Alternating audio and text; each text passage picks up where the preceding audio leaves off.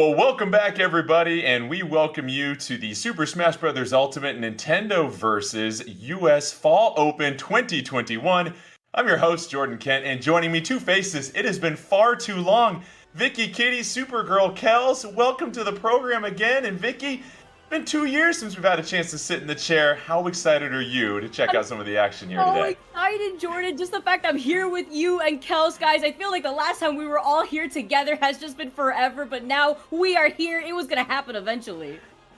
And Kels, I know you are just ready to go here today, and just so much has happened with Super Smash Bros. Ultimate, especially with so many people starting to play the game online, but this is something you've been thrilled about. I know back in 2019, we had a chance to cast together, the three of us. How pumped are you for today? Yeah, I'm so excited to be back in this chair, away from the competition, but looking from the outside point of view for once. I'm really excited to be talking with you again, and my girl Vicky as well, so we're gonna have a good time, especially watching the amazing competitors today. And speaking of those competitors, we have our top 4 finalists from regions 5, 6, 7, and 8 of nearly 1,000 players that entered. So this is truly the cream of the crop.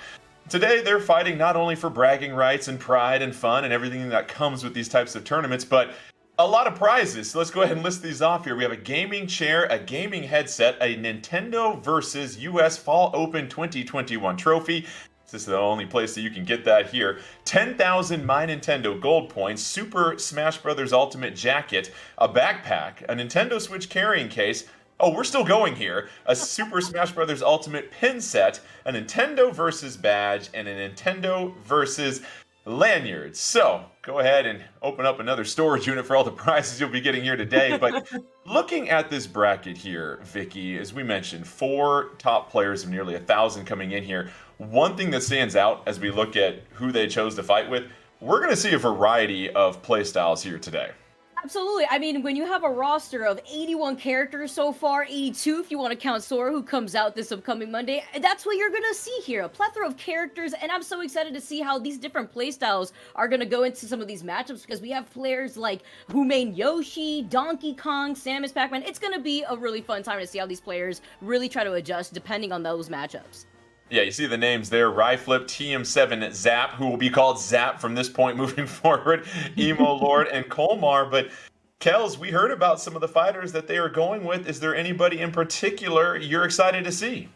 I'm extremely excited to see Ryflip. I've heard of their Yoshi play. I've seen some of their Yoshi play. Really looking forward to seeing that. Yoshi, a character that is pretty easy when it comes to picking up, learning the tools of Smash Brothers, but when it comes to really being advanced and at the top as to where Ryflip is, that's a big deal. So I'm really excited to see where he's gonna go. Let's go over the rules here real quickly. 4-player double elimination bracket. We will have 2 winners. The winner of our winners bracket and of our losers bracket will take home all those prizes we talked about. It's the best of 3 games in a match, no items, smash meter, and a random stage selection of a collection of randomly curated stages. And then it's 3 stocks, 7 minutes. And Vicky, you look at how much this meta has transformed, especially over the past year. What stands out to you about high-level play right now? What are you really seeing from a lot of these players? I'm seeing a lot of adaptation depending on the patch notes that have been released in the past, of course. We've seen some familiar faces going into these online tournaments, but then I look at our first match that we have in our hands, and aside from the matchups that I was referring to earlier, it's how you get past those obstacles. Playing Donkey Kong, especially having to see your opponents potentially be either a Samus or Pac-Man, is no easy deal, but adaptation goes such a far way, and I'm excited to see how some of these players have adjusted beyond that, because again, it really does trickle down to which characters you feel comfortable and what playstyle you feel as a player. And Kels, with 82 fighters, we heard about everybody's here and then some, especially with all the DLC that's came out. It really puts an emphasis not only on having your main, but understanding every other single fighter so you can really optimize these matchups.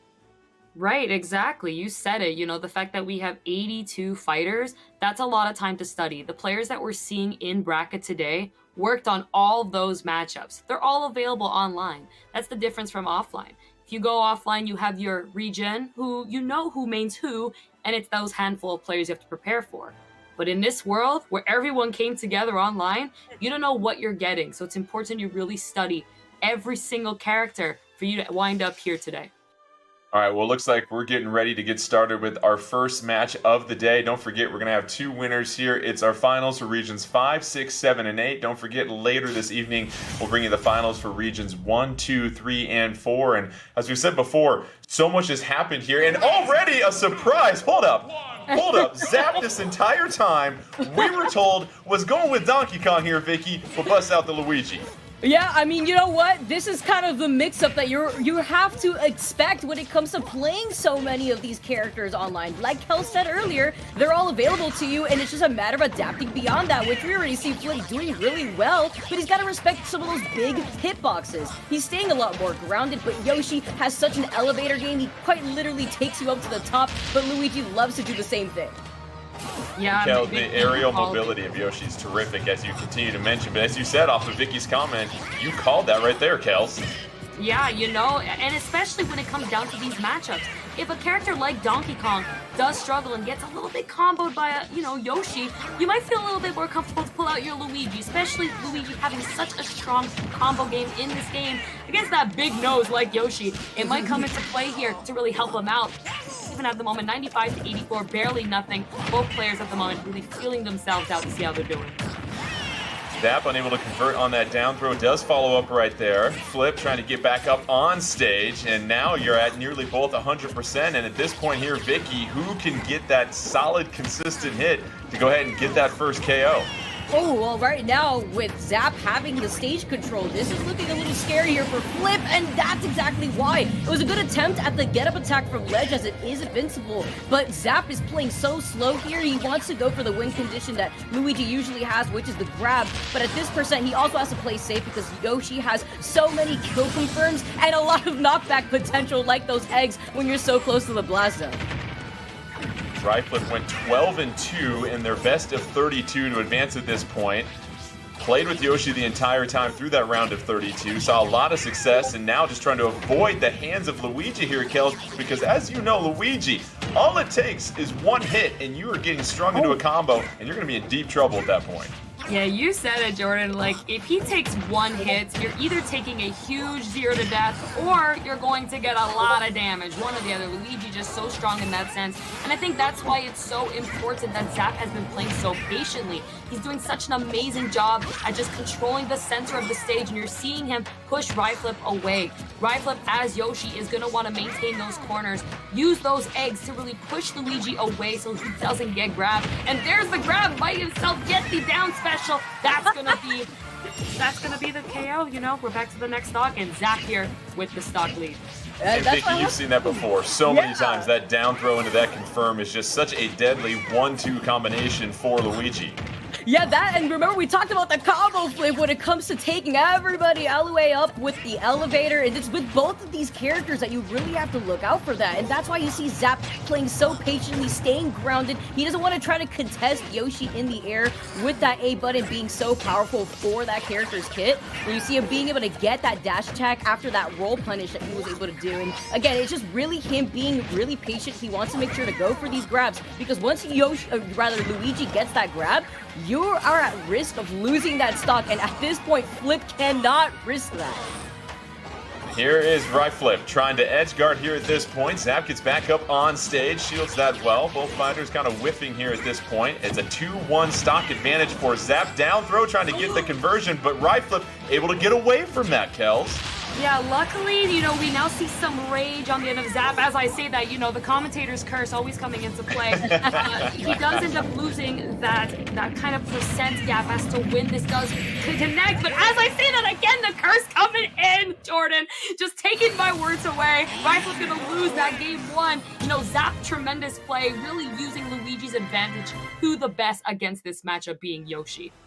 And Kelson, that was what it was all about. The matchup coming into this, what we saw from Zap was Donkey Kong throughout the entire round of 32. But then you have to understand how these matchups go. You realize Donkey Kong versus Yoshi, I might not necessarily like those odds. Let me go with the Luigi. And how about the adaptability that we saw from Zap to go with maybe not their main character and already take the first game here?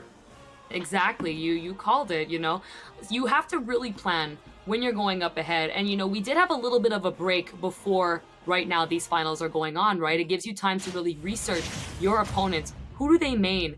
What are they feeling comfortable with? And I think Zap did that research. He knew he was going up against Ryflip's Yoshi big time, and he really pulled out the great character, especially on Final Destination. That's where Luigi really does shine best. We're going to see how now, where Ryflip really does, let's see if he can do a little bit better on Kalos. Still flat, but those platforms can help him escape a little bit. You mentioned a couple more platforms, so that'll change things up here a little bit. Already an early lead that we saw from Zap here, Vicky, and that's what Luigi's known for, just racking up so much damage, and you have to play a very aggressive play style to really make sure that you're minimizing any type of zoning that Yoshi could possibly use against you. And Flip is playing this so well too. We talk about a bit of those adaptations, while at this point he's also utilizing the Yoshi double jump armor on that jump to kind of get through to Zap. And now this is the pressure that I love to see with Flip having Zap by the ledge. He's just trying to control a lot of that airspace, doesn't want to try to get grabbed, and this is the opportunity for Flip to prevent Zap from coming back. So far, it's been Flip maintaining stage control here. We're seeing Zap having to really get back up on ledge several times here, and that's not a situation you want to be in too often if you are Zap and Luigi. Yup, and there it is. As you call me over, we're going to see that elevator. But, Kalos does have a little bit of a higher ceiling than the rest of the stages. So, of course, Ryflip going to hang in there just a little bit longer. Going to lose it there, though, unfortunately. You mentioned that Zap was off stage before, Vicky, in an edge guard situation. We're going to see that a lot. When Luigi is in a disadvantaged state, usually off stage, he's going to have a little bit of a slower time coming back. But with that side special, with his ability to really maneuver with that elevator, he's able to come back no problem many times by mixing it up. But hey, we got that stock from Ryflip using that back air on that ledge. Very popular for Yoshi mains. And he's going to be able to take that here and get a little bit of damage to start making a comeback, hopefully. Yeah, and he kept him up in the air for a little bit there, Jordan. Yeah, you saw in that moment that he was able to rack up so much damage onto Ryflip because of those grab combos that Luigi has. And now Zap keeping Ryflip on the ledge. He tried to go for that jump read with the up smash, but unfortunately just mistimed it ever so slightly. Ryflip trying to even up this second game. Zap winning this game will advance to winners finals at this point. And Ryflip doing a fine job coming back here on this second stock. Both fighters at 2 stocks apiece. Now it's just a matter of who's going to be able to get their mitts on the other. Ryflip maintaining what we've seen throughout this match. That stage control, but falls. And that's another stock gone right there, Kels. Yeah, Ryflip really tried to delay that jump as much as he could to get that gimp off of Zap's side special. Unfortunately, though, he jumped right at the moment that Zap let go, so he got gimped right off stage.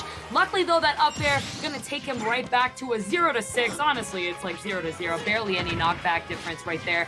And there you go, a little bit of a touch, bringing it back. I feel, though, Vicky, that Ryflip's doing a much better job at controlling stage. He's maintaining more center. He's pushing a Zap away. He's doing a better job at just not getting grabbed and really just hitting, running, playing it slow like he should. Yeah, that's why he's actually not just jumping in the air. Honestly, he's been able to kind of do Nair out of shield a lot more to try to punish Zap here, but constantly with Zap being able to utilize these dash attacks. Oh, we got the jab lock. Oh, not gonna get the follow-up. That could have been absolutely lethal there for Ryflip if he was able to get that into a forward smash, and now missing that here, they were gonna have a punish. Great DI coming in from Zap. Now this is exactly where Ryflip wants to keep Zap here if he wants to try to take this game and even up the set. Final stock in the second game for both fighters. Ryflip trying to keep this going here. Zap trying to advance to winners finals. Zap has done a fine job of getting back on stage. Here comes that down throw, unable to convert with that stock.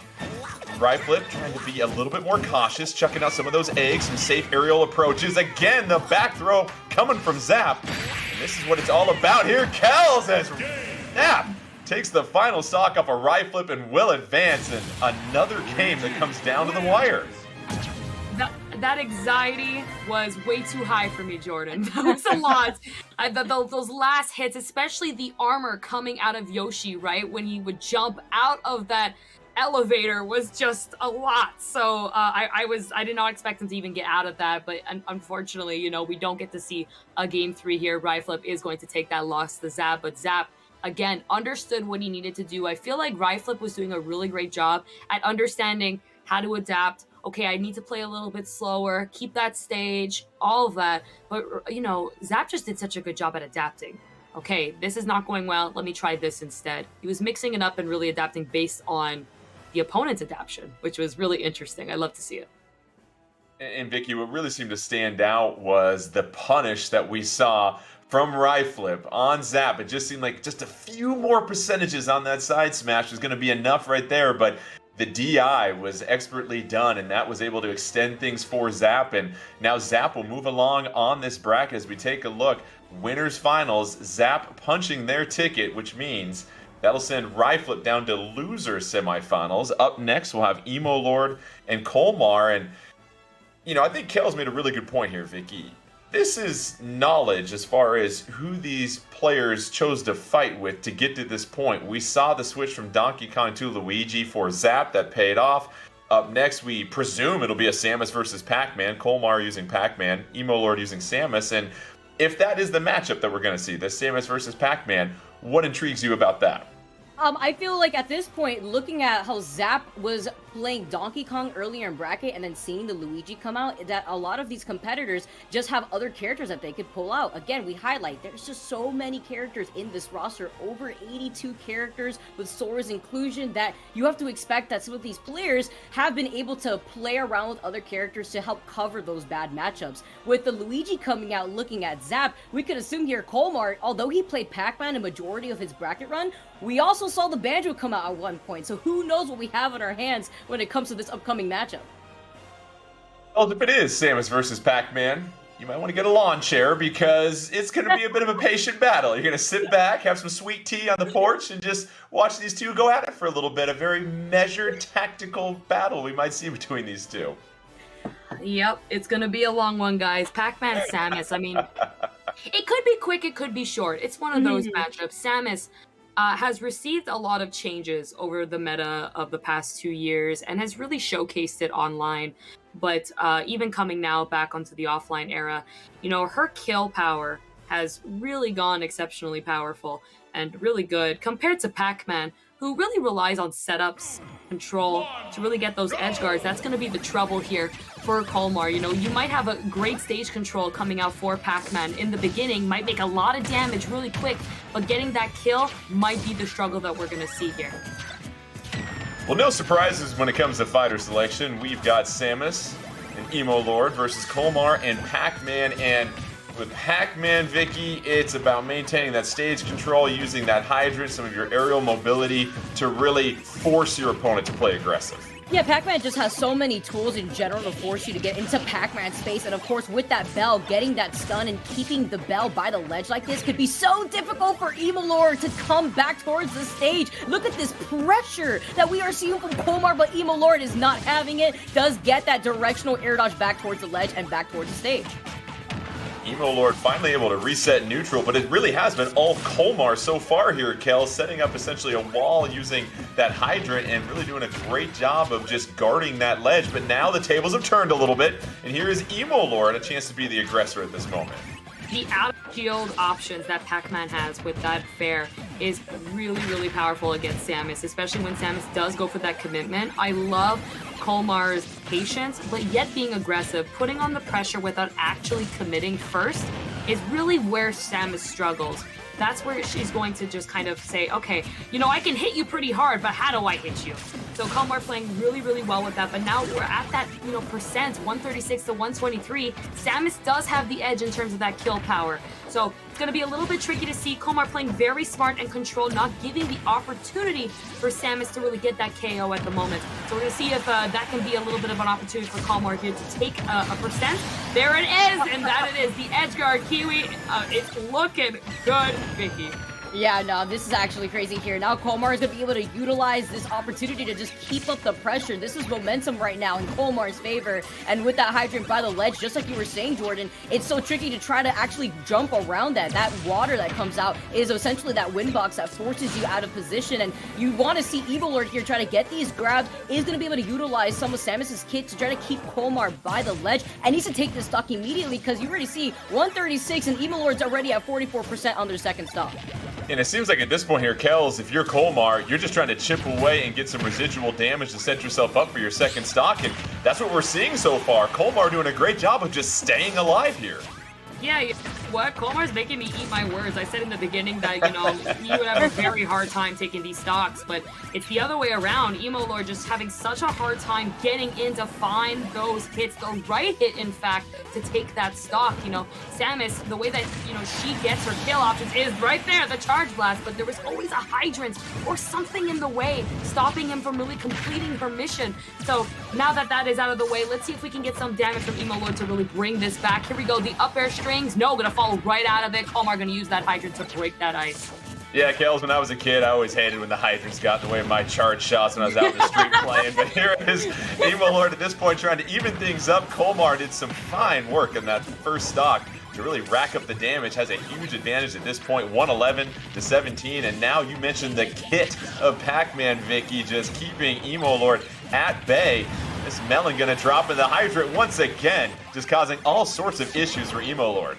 Yeah, you know, honestly, I want to know your opinion here, Kels, because seeing here, what could Emo Lord do better? And honestly, these fares from Samus could really help benefit in this match. We've seen that Colmar consistently is jumping while charging up through these projectiles, would really try to anti-air Colmar and try to prevent the approach that we consistently see Colmar go in with, and does take that stock with the back there.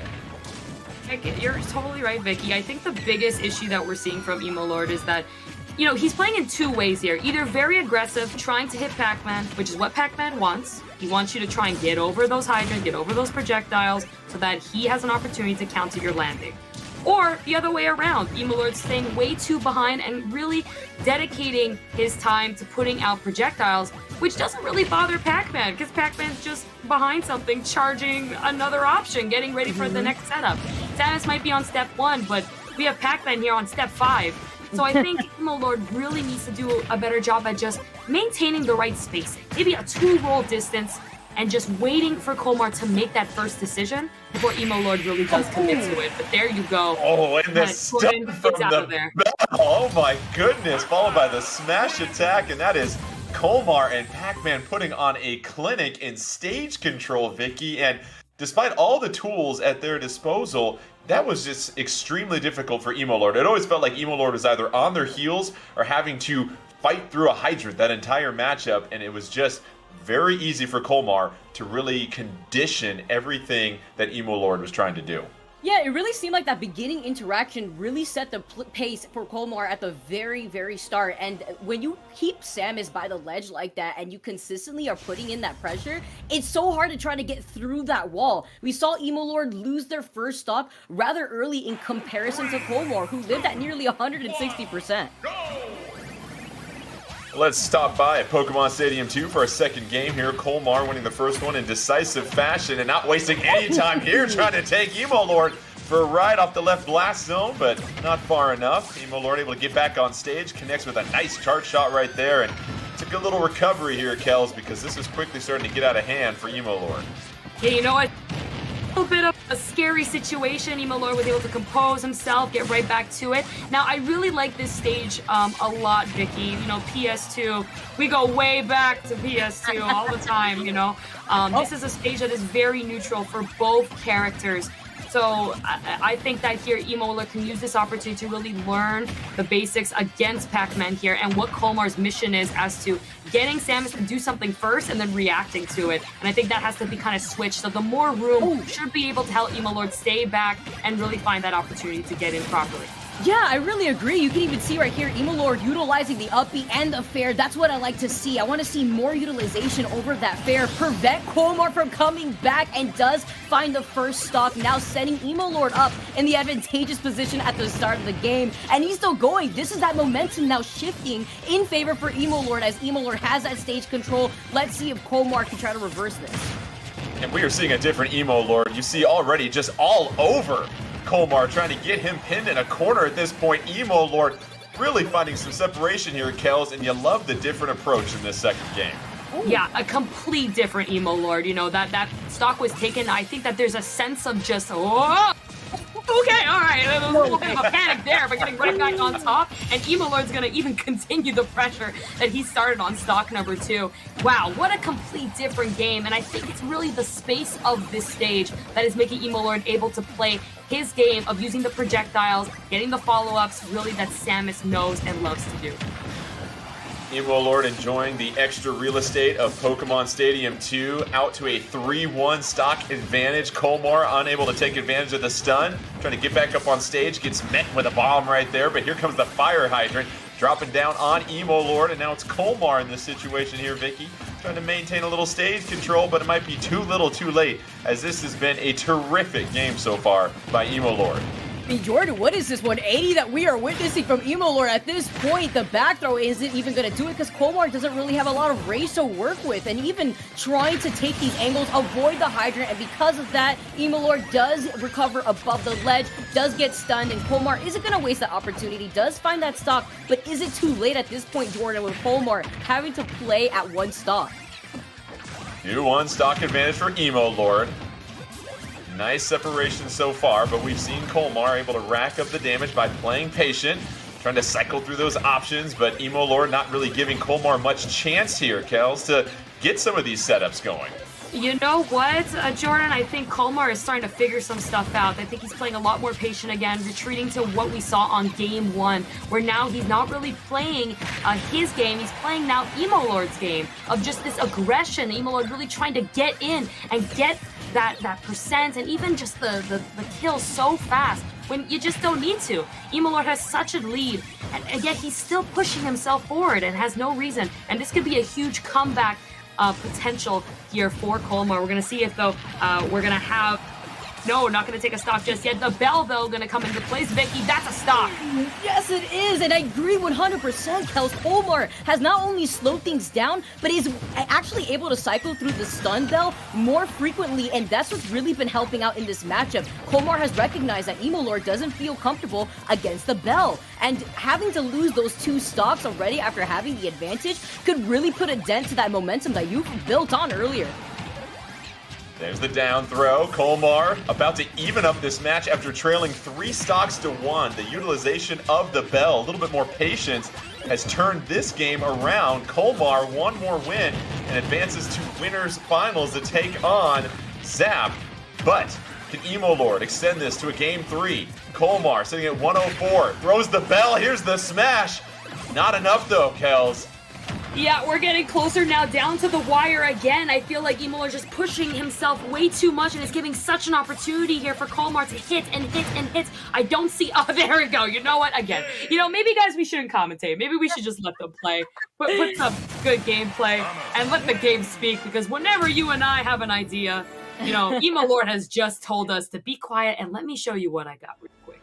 Hey, Kales, I think already today you've set a record for most stocks taken as soon as you start mentioning something. So whether you want to call that commentator's curse or having that crystal ball in front of you, it's very impressive. But Vicky, this was a really interesting game because we saw Emo Lord come out, play very, very aggressive, but then all of a sudden things changed as soon as we saw Colmar play a little bit more patient and really utilize that bell for a lot of those stuns leading into those side smashes. Yeah, and since this is 2 out of 3, of course, I'm taking a look at Colmar and what Colmar is going to do going into this 3rd game, because as we all saw, Emo Lord, despite having the lead for that first half of that 2nd game, we saw Colmar coming back. We saw the adaptation really come through, utilizing those bells like you were just saying a lot more. But we have platforms now, Kels, and how is this going to actually alter the outcome? Because now Emo Lord is going to be able to have all the resets, all the fair coverage in the world. Let me tell you something, Vicky. Emo Lord's gonna have fun here. Pac-Man is not a fan of platforms. A lot of platforms interrupt Pac-Man combos, especially hydrant setups. There are also some very unique combos and setups that you can do with platforms. We've seen very, very top Pac-Man players utilize this around the world, but it's going to be a struggle, Samus does a fantastic job with the projectile setups, being able to control the stage with so much. And there you go, the blast right off the edge, Jordan. That's going to take the first stock, only at 20%. Emo Lord feeling himself. Well, this is what's interesting to me, Vicky. We just talked about Pokemon Stadium 2 being a bigger stage and how that really helped Emo Lord out in the beginning. Now you've got small battlefield. Smaller horizontal space to work with, but these platforms have completely changed everything for Emo Lord, and you really feel it's to their advantage. Absolutely, and just right there too, you also have the mix-up when it comes to these approaches, since you could just land on those platforms instead of the ledge instead, and Emo Lord calling out Colmar, jumping a lot, maybe not on stage, but off stage is just as lethal, and that charge blast was going to be able to do it, but the stun now coming in on Colmar, he doesn't have rage and does get that weak hit. I love the attempt with the recovery by the ledge, because at that point, Emo Lord was forced to go all the way up, but does not get punished for it. It's so interesting. Commend Colmar for just not taking any damage since losing that stock, Jordan. Literally has maybe taken one blast, that's it. I think we've seen again time and time that Vicky mentioned, Emo Lord is struggling against the bell. And I don't know, this just might be a kill potential here. Yeah, gonna get a grab the water, gonna go ahead and instead trade sides for a minute, go on Emo Lord's side to try and keep that lead here, Jordan. Colmar looking for that bell. That has set up so many of their KOs, but at this point, it's such a small stage that Emo Lord is chasing them down so quickly, Vicky, they don't have time to cycle through unless they're falling off stage. Yeah, I got scared for a second there. The melon coming out honestly would have done it in for Emo Lord, but Emo Lord also playing the survival game here, just avoiding a lot of these raw hits from Colmar that would otherwise KO, and already at 164%, Colmar has avoided getting hit so far with that second stock, but he needs to do something here to try to take this stock, or else Emo Lord is going to take advantage of the rage that he's built up. Tilt coming out from Colmar, still not enough. 188 for Emo Lord, but the fire hydrant will go ahead and wash away that stock. It's now 2-2. Colmar sitting at 65, not too far behind here, Kel. So once again, Colmar getting back into a game in which it seemed like Emo Lord was going to just run away with it. Yep, Pac-Man makes a lot of damage real quick, and if you're able to be as evasive as Colmar has been, this can be a very great comeback for him for sure, especially now, here we go, we have the Galaga in his hand, making the most damage and combo sets for Pac-Man, but finally the grab from Emo Lord. Let's see if we can get some damage. I feel like we haven't really seen much strings from Emo Lord since that very first stock, and again, Vicky, look, he's just trying to get in. It's making me a little bit nervous. Yeah, because at that point, when you hold forward here, you're going to be more susceptible to getting hit with a lot of these stuns that Colmar has been able to build up. You see the attempt again. You see Emo Lord having to play patient, can't get out of the platform, opts to go for the up smash, but the patience I saw earlier from Emo Lord, just kind of empty hopping to see where Colmar was going to land, is a great idea when you have battlefields, when you have these platforms. And now this is the moment to shine, because at this moment, Colmar is evened this game up, just as we had seen in the second game. Both fighters north of 100%.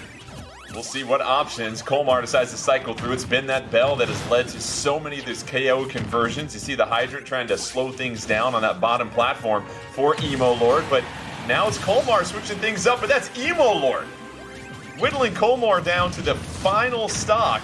And now, Kels, how much can Colmar do once again down that one stock? Can Emo Lord get a little extra credit? That's been the difference in these last two games. I completely agree with you, Jordan. I think that if Colmar can do a great job as what he's been doing and not taking too much damage, this could be a really big opportunity for him to just bring this back real quick. But if Emo Lord maintains that posture and control and is able to get that damage, able to really kind of maintain his stage here, that could be a big opportunity for him. Samus is such a strong asset on that ledge with that up tilt, with the bomb setups. So we might see that really come into play. But okay, we got a parry coming now. Colmar gonna shut that right down and say, no, I gotta take this stock. And it's normal we're seeing the 170% Kiwi. You know, we've seen Pac-Mans get players to maybe over 200%, especially if you're as heavy as Samus. But the kill is coming. Here it is. Oh, right evasive Kiwi. What the heck is Colmar gonna do? Yeah, I mean, the option coverage has just been too much here. Oh my gosh, the hydrant. It'd be one of your own sometimes, but Emo Lord living to almost 200% is insane. This is just the habit that we've seen from Emo Lord 2 before, but like you were saying, it's so difficult for Pac-Man to finish up that stock once you don't really have the rage in your favor, when you're forced to cycle through your items instead, so that way you can actually try to find a way in by the ledge, and when you try to capitalize off of all this percent that Emo Lord has already taken. One thing to keep in mind, we are under 90 seconds left. We mentioned a lot of these games might take a while, so this percentage might come into play here in a moment because it's still 2 stocks left for Emo Lord, who's sitting at 218%. Colmar still unable to get that decisive, and there you go. I pulled a Kels. I started talking, and someone lost a stock. So here we are. Final stock here, Kels. Do you start to factor in the clock if you are Emo Lord? Can you hang on for one more minute? For sure. Emo Lord's gotta pay attention to that clock. Very important, especially in these kinds of matchups that take a little bit longer. You know, now's the time you start running. You play that clock. You try to get that percent lead you can, especially against someone like Pac-Man, who when they get a hit, especially with that Galaga, you already see Kalmar going for it. It's gonna make damage, and there it is, just like that. Vicky taking the percent lead, and now Kalmar's on the run. And this is what we've seen from Kolmar before, has no issue racking up that damage, and with the clock being now in favor for Kolmar, he may not even need it. The follow-up, the side B, these setups, Kolmar is the winner of the set. Wow, what a turnaround by Kolmar to chase down Emo Lord. That power pellet at the end takes the final stock, and we thought this was going to be an issue about the timer going down to 0 here, Kels, but all of a sudden, Kolmar just turns the table, steps on the gas, and advances to winners finals. What an incredible display on that final stock. If I've been given any advice by any professional Pac-Man, it's don't approach Pac-Man when they are holding Galaga. Did you see the 30% difference that move made? And then that one opening with the waka waka waka, that just ended it. It took it. It blew my mind. Kolmar maintained posture with 30 seconds left, and that is so important, and that's why Kolmar is in the finals, because he was able to stay calm, collective, and say, you know what? If I get that one string, I can bring it back. Caught Emo Lord in a very, nervous situation. Didn't expect that side special to come out. It connected so well. Perfect. Go ahead and check out the updated bracket. Kolmar and Emo Lord going down to the wire. Nearly 20 seconds left in Game 3, but Kolmar and Pac-Man chomp their way to winner's final. They'll take on TM7 Zap here. So now this sets up a Pac-Man versus Luigi battle, potentially. And Vicky, if Luigi is who we see from TM7 Zap, what do you make about that matchup that we're going to have here just around the corner? I mean, at that point, Pac-Man doesn't need to approach the death of the Luigi grab, so it's going to be really interesting to see how Zap is going to approach this here. Maybe we might not even see the Luigi in general. Of course, we did know earlier that the DK did come out, but not too sure how that's going to play into this matchup either way, so it's going to be difficult to see how Kolmar is going to also play into this matchup versus Zap. And obviously, stage selection is going to play a huge role in this here, Kels, because we just saw in those last 3 games, depending on the stage, that really dictated the style of play for Kolmar and Pac-Man. And if you're Pac-Man, are you still trying to focus on that patient game, or what we saw in that final stock is if you can be a little bit more aggressive and bring out that Galaga, you can rack up that damage rather than hunting for those individual hits with the bell. You got it, exactly. You know, like Vicky was saying, I think we might see Donkey Kong specifically against Pac-Man. Oh, we're not! You know, no one believed me today. It's not happening. But what we are going to see here is Town and City. Now, this is very good for both characters, Vicky. Pac-Man really likes that space to keep Luigi out. I know Pac-Man does enjoy this matchup very much, to push Luigi away, making it hard for him to get grabs or any kind of follow-up. And you're seeing that now, Zap kind of chasing Pac-Man all over the place. But on the other end, the flat stages make it easy for Luigi to catch landings, get combos, follow-ups, and of course, his lovely 0 to dash. Yeah, it's kind of like what Jordan was saying earlier when it comes to the stage selection being as important as it is. Town and City turns into this wide stage here that now Kolmar could just hide behind the hydrant for Zap to approach, because that's what this matchup is going to be. And now with Zap having the stun bell and keeping Kolmar by the ledge, Zap's got Kolmar exactly where he wants him, but gave up stage control, let Kolmar now have center stage, and now Zap is going to lose that stock to a forward smash as he rolls back. A perfectly timed forward smash from Kolmar comes out. He connects, knocks it out of the park, and that is a 3-2 stock advantage. And this is what we're seeing here, Kels. More of that Galaga coming out for Kolmar to play a bit of a more aggressive playstyle to keep Luigi at bay. Yep, exactly. You know, again, this spacing. I think it's the stage. Just doing such a good job at helping Pac-Man get away from Luigi. You see Luigi looking like he's trying to chase his lunch or something. Finally catches it. It's dinner time now. We're getting 2 stocks down, 21-20. Barely nothing, that one grab that Zap can do. But you know what? Kolmar going in, gonna rack some more damage. More Galaga coming out to get that damage with the grab as well. Vicky, this is looking a little bit grim. What do you think that Luigi's got to do here to make a little bit of a difference?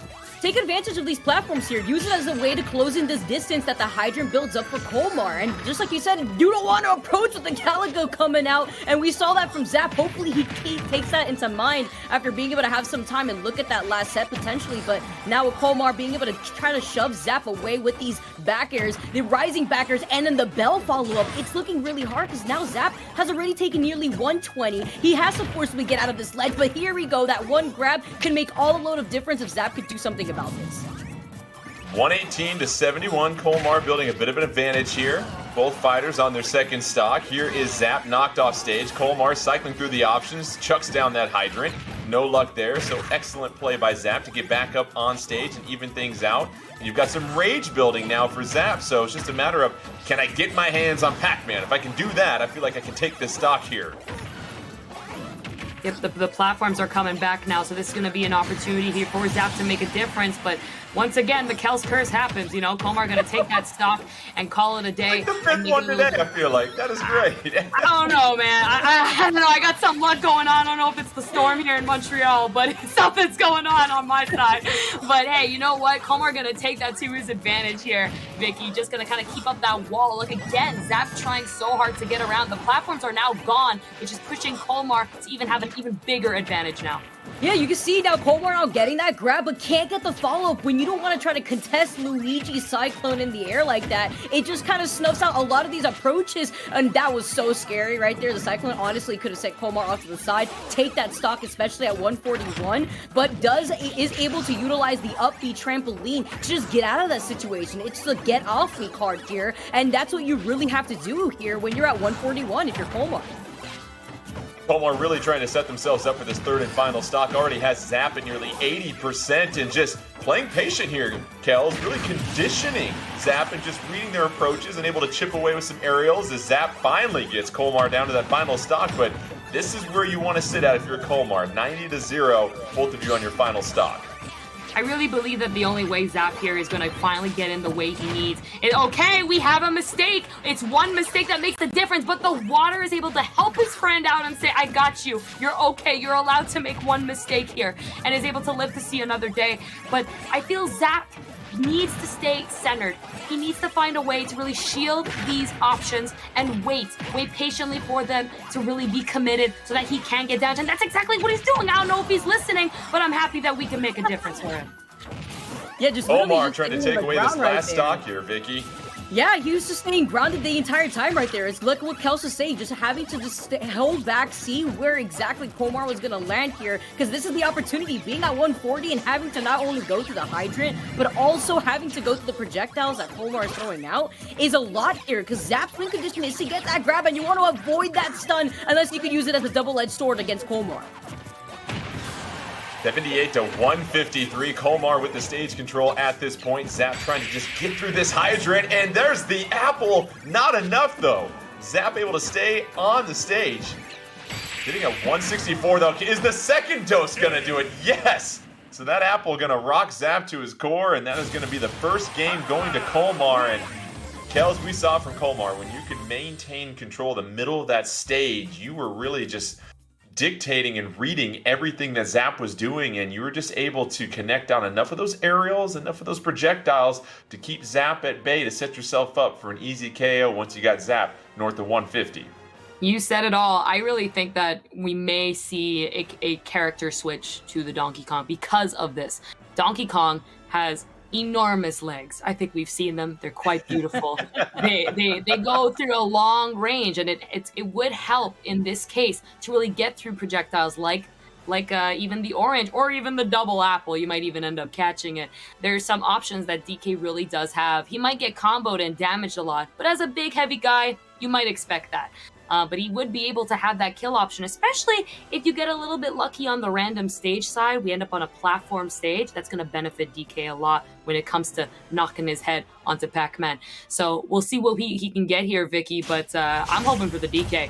Yeah, that would be really okay. Hold on, Kels. No, you get a they're Bowser hearing you, Jr. and they're instead. throwing a dice Bowser right here. Jr. It's literally a dice roll here. Looking at these players, it's so funny because now Zap is like, all right, it wasn't the Luigi, or now it's not the Luigi, it's not the DK either. It's the Bowser Jr. And that really highlights here how a lot of these players could just take out a pocket that you just were not expecting. And look at this, Zap has turned it up a notch. He is fully utilizing these platforms to his extent and has completely changed the game from what he was playing against Colmar.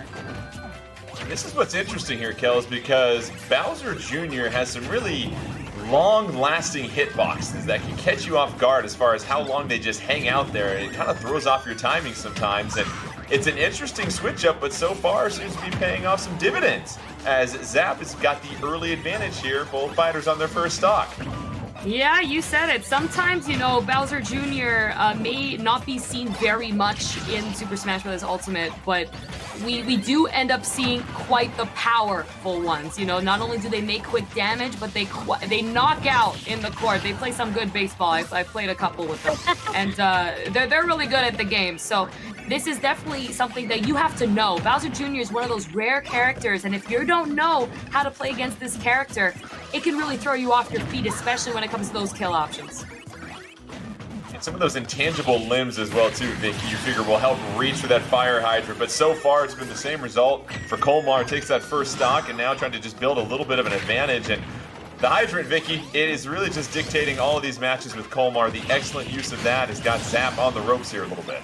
Yeah, and now with Zap actually even up this game, you can see Zap actually utilizing the hydrant to their own degree here. Being able to have that hydrant and that water coming out could also help with the Koopalings trying to get to the destination, which is going to be Colmar's back. And Zap also trying to slow things down. It's almost exactly how we saw Zap earlier, or rather Colmar versus Emo Lord earlier with the adaptation. And Colmar is essentially doing that right now with an entirely new character. I'm blown away by the adaptation coming in from Zap. I feel like, it started really well with that one follow-up, whatever, but then Colmar came back and really took that lead quite well. Zap is a heavy character right now, so he can afford to take a few hits. If he's able to really get his foot on the ground and get in there, he can make some good damage, and I feel like he's trying to learn and understand what is happening. We are also on a flat stage, which Bowser Jr. does love as well. So, might come into play here. I feel like he just needs to get in and on that hit, and I feel like he's not playing still as patient enough. And Colmar really those bells this time around to set up those stuns and those opportunities for those smash attacks, and Zap trying to just move around has done a pretty fine job of avoiding those bells so far here, Vicky, but just can't seem to avoid the hits from Pac-Man as they're now sitting at 123 on their second stock.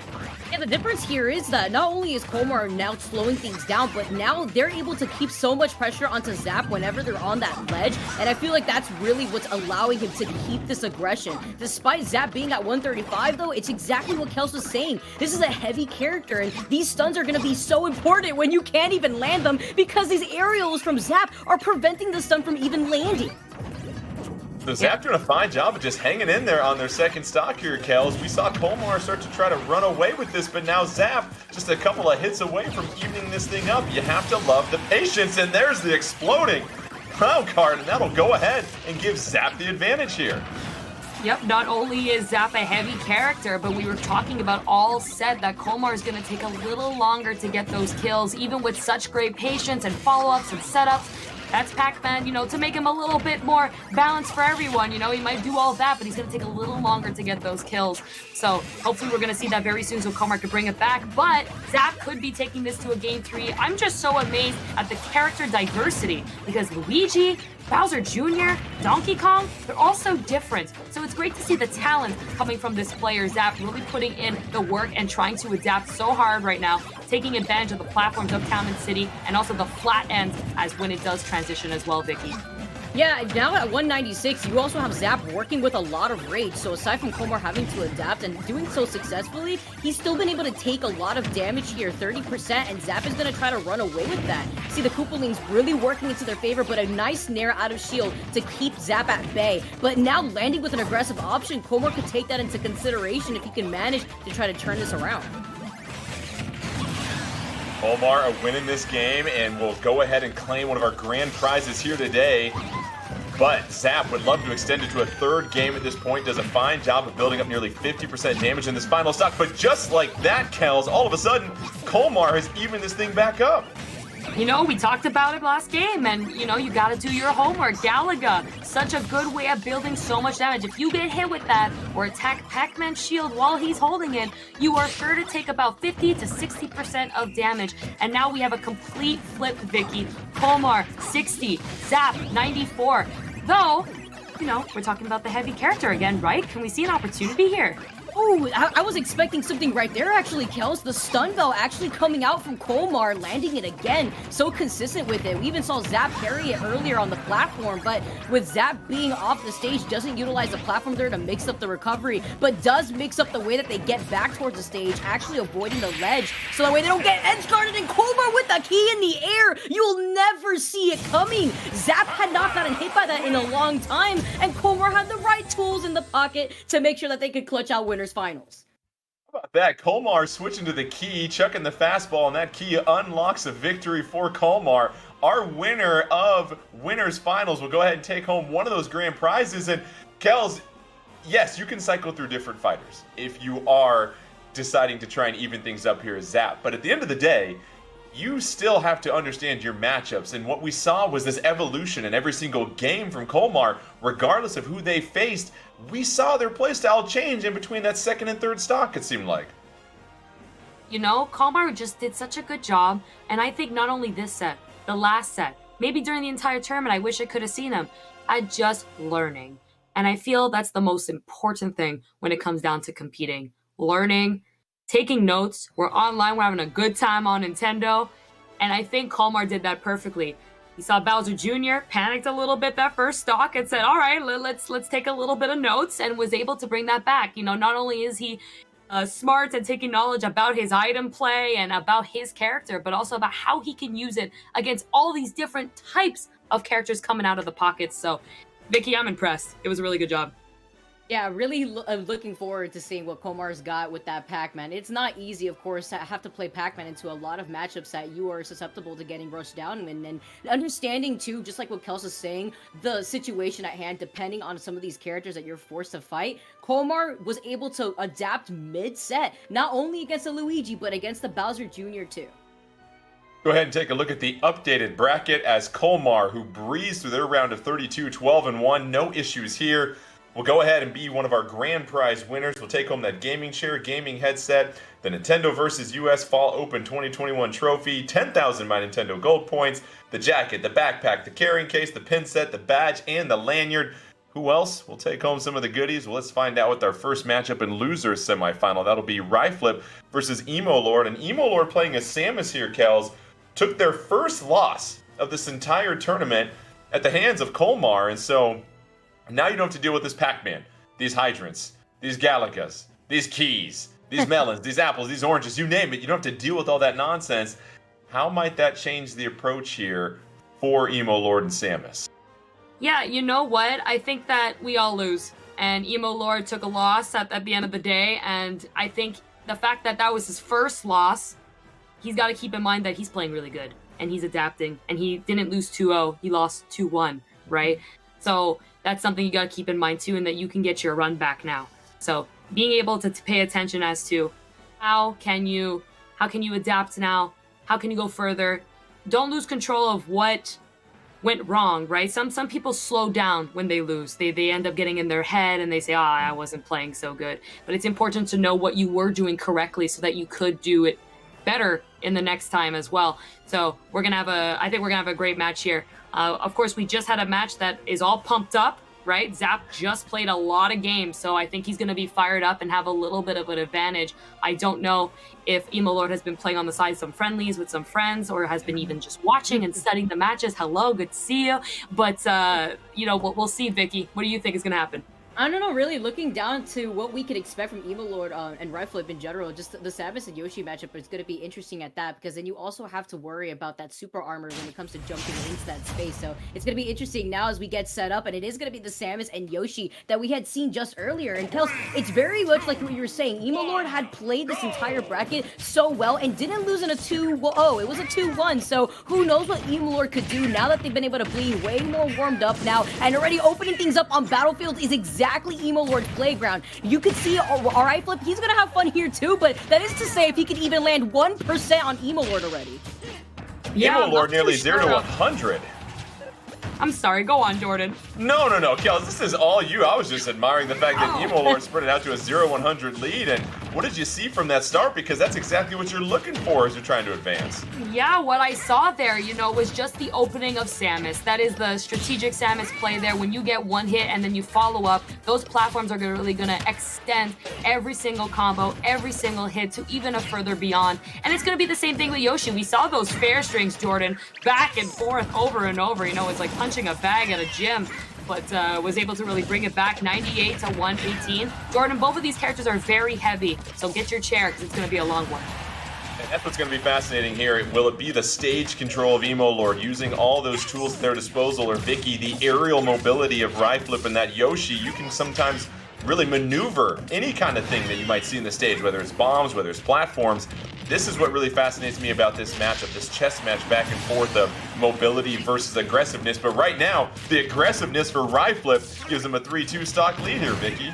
Yeah, the one thing that terrifies me is a Yoshi with Rage, and now Emo Lord doesn't have to worry about that because Emo Lord has been able to now even things up, and I love this gameplay from Emo Lord. It seems like here, after that last set, that Emo Lord has really turned things up. These B reverses, now utilizing that off of the platform, and now mixing up the charge too, basically indirectly puts in some pressure onto Ryflip. Despite Ryflip having that first stock lead, there's so much pressure coming out from Emo Lord all at the same time. Tails, I really like the positioning of Ryflip in this. Yoshi really seems to understand the proper spacing on this stage and the matchup with Emo Lord, able to connect on some of these eggs. And this is what's difficult when you're facing a Samus, is that they've got so many options and projectiles to keep you at bay. Where is that sweet spot when you're fighting a Samus? It seems like Ryflip's starting to figure that out. Yes, it's the spacing that really matters. I think Ryflip is starting to understand that so well. You always want to maintain kind of like a 2 roll distance with Samus so that you're just outside of that range of that grab, while also being ready to avoid the projectiles and such, while being able to stop Samus from even setting that up so that you catch her really charging it. So it's going here, but you know what? Emo Lord, I'm so impressed with as well, Vicky, because he's been doing an amazing job at changing the timing and the way that he's been landing. He's not just going in and fighting anymore. He's really now spacing it up. He's baiting, he's punishing the options. And there you go, you know, that back air, not going to take it on a big, heavy Yoshi. You know, he eats a lot of eggs, but, you know, the next one will definitely do it. Got rocking those shoes, as I always say. Of course, those shoes just weighing Yoshi down. But not just that, Emo Lord, just like you were saying, the option coverage and the shield pressure. Of course, Yoshi having that unique shield being that egg could actually take a lot more hits. But when you don't tech, when you're off to the side, that is one way for Ryflip to reverse the situation. Can he keep this going? He's got the jab block. He's got the elevator combos from the up tilt. And Emo Lord, he recovers. This may be it for Ryflip if he doesn't get another conversion similarly to the one that we just saw. Yeah, Ryflip trying to storm back into this on the final stock here. Emo Lord still enjoying a healthy advantage, but it has been Ryflip that has quickly responded. We've seen a couple of those strings and combos to rack up the damage, but that long-lasting fair comes out again. Such a wonderful approach option. Kels in the back here, will that do it? Yes, it will. Emo Lord able to hang on until the last moment to take this first game from Ryflip.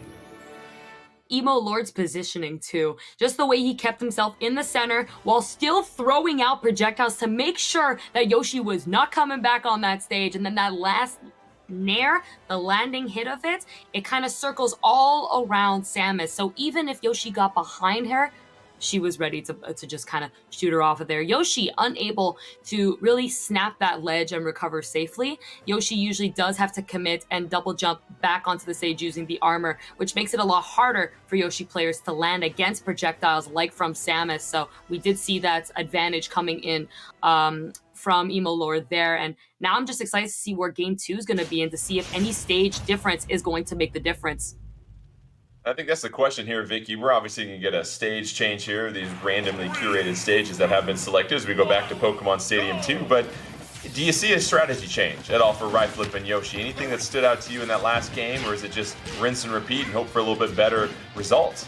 The sliding up tilt into these up airs to stop Evilord has been beautiful. Honestly, we saw that at the very end from Ryflip, but it's what Super Cold was saying here. Evilord doing a good job at preventing Ryflip from landing, and that's what you have to keep doing if you want to extend this advantage. After taking the first game, you've used up your jump, and Ryflip has noted that. That's why you see Ryflip getting so aggressive off the stage. Evilord finally gets to see another day, but they still have yet to fully get back on the stage before rolling right now off the ledge.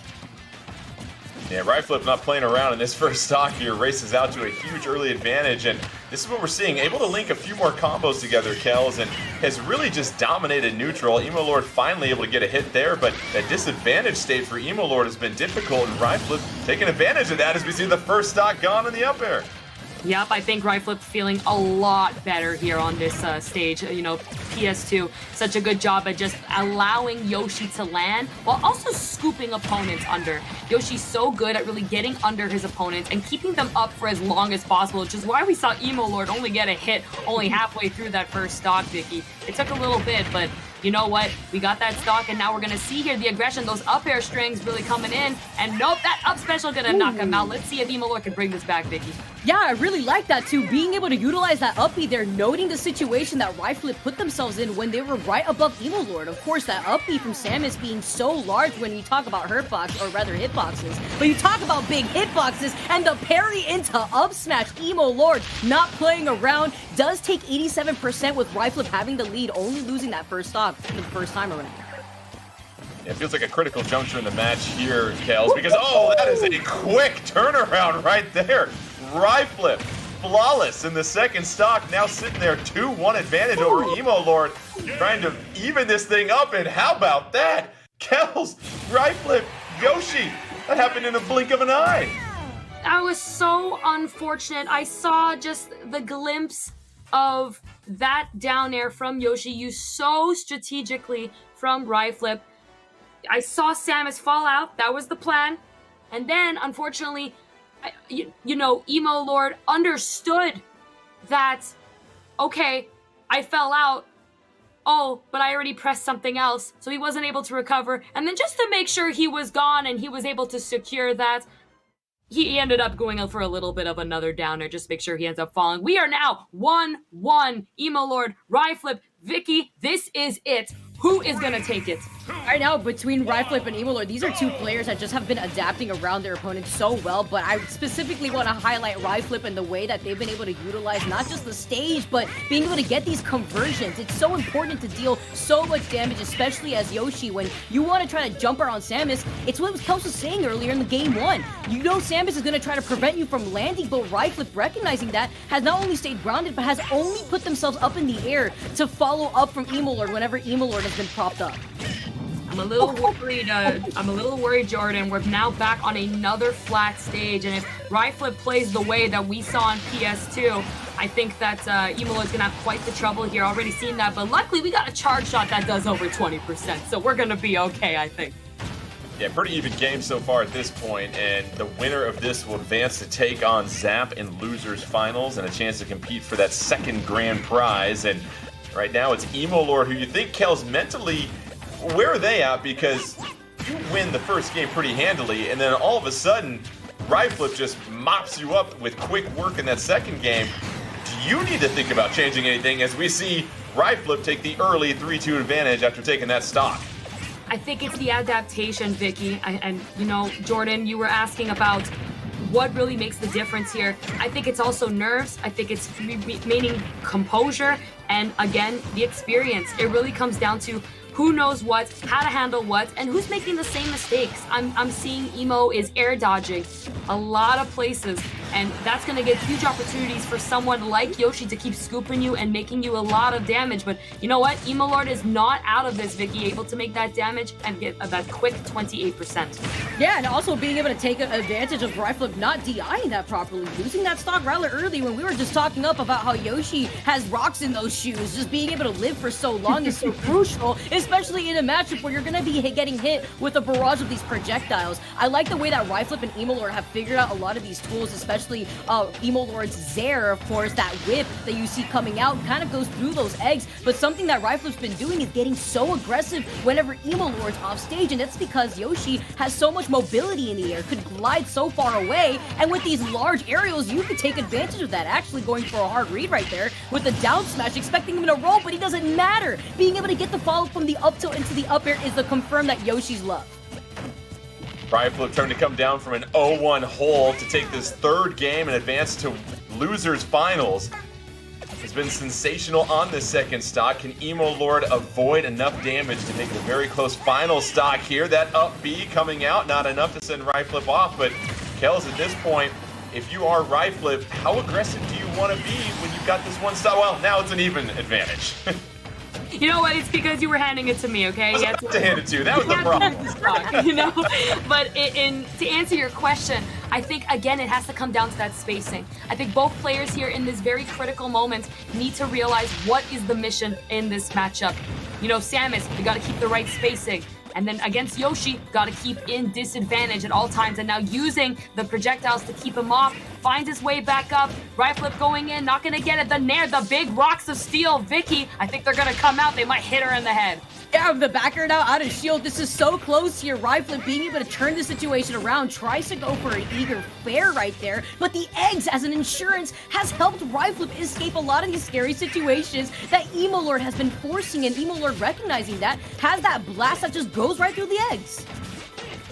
Both fighters down to potentially their final stock of this tournament. Who's going to advance? Who is going to stay at home and put the sticks down? Here is Ryflip going off stage to chase Emo. No way!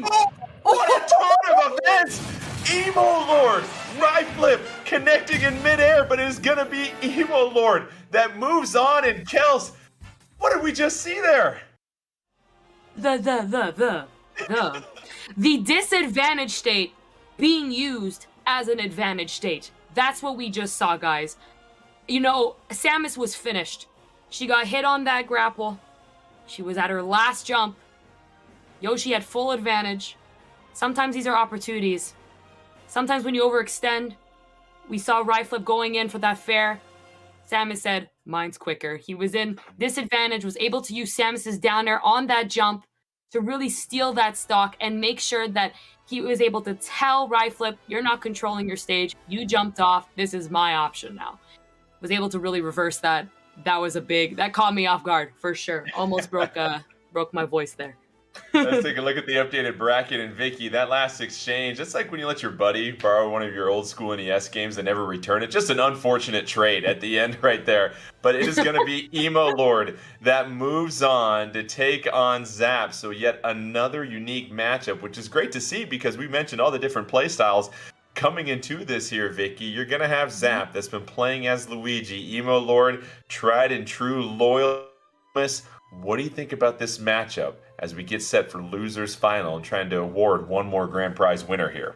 I think before we move on here, Jordan, I just have to note here that we just saw Emo Lord knock on Zap's door and said, no more. I'm the one taking that losers finals. You could keep it. I'm not the one giving this back to you. But not just that trade there was insane. And I think after that intense situation, Emo Lord, he's going to take that momentum and move it right into this losers finals. Now, expecting this matchup between these two players, I think Samus in this matchup could excel depending on how Zap is going to play this. It's going to be interesting because we also have seen Zap utilize so many characters that we really don't know what to expect when it comes to Zap. But if that Luigi is what's going to be the character that we see come out, then Emo Lord, they're going to be able to keep Luigi away very similarly to what we had seen with the matchup with Pac-Man.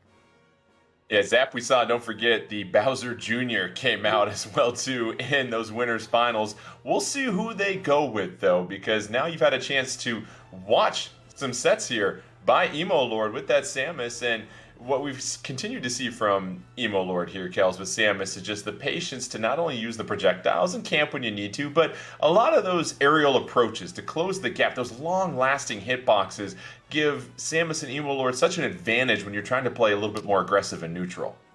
And I think that Emo Lord, as you were saying, Jordan, did a really good job at, not only camping and staying away when he needs to, sometimes you gotta, but also did such a good job and really had his own unique taste on when he's gonna go in and mix it up a little bit. So we're gonna see here how Zap is going to adapt to that style from Emo Lord, Vicky. Here we go, game 1 starting on small battlefield. What do you think's gonna get?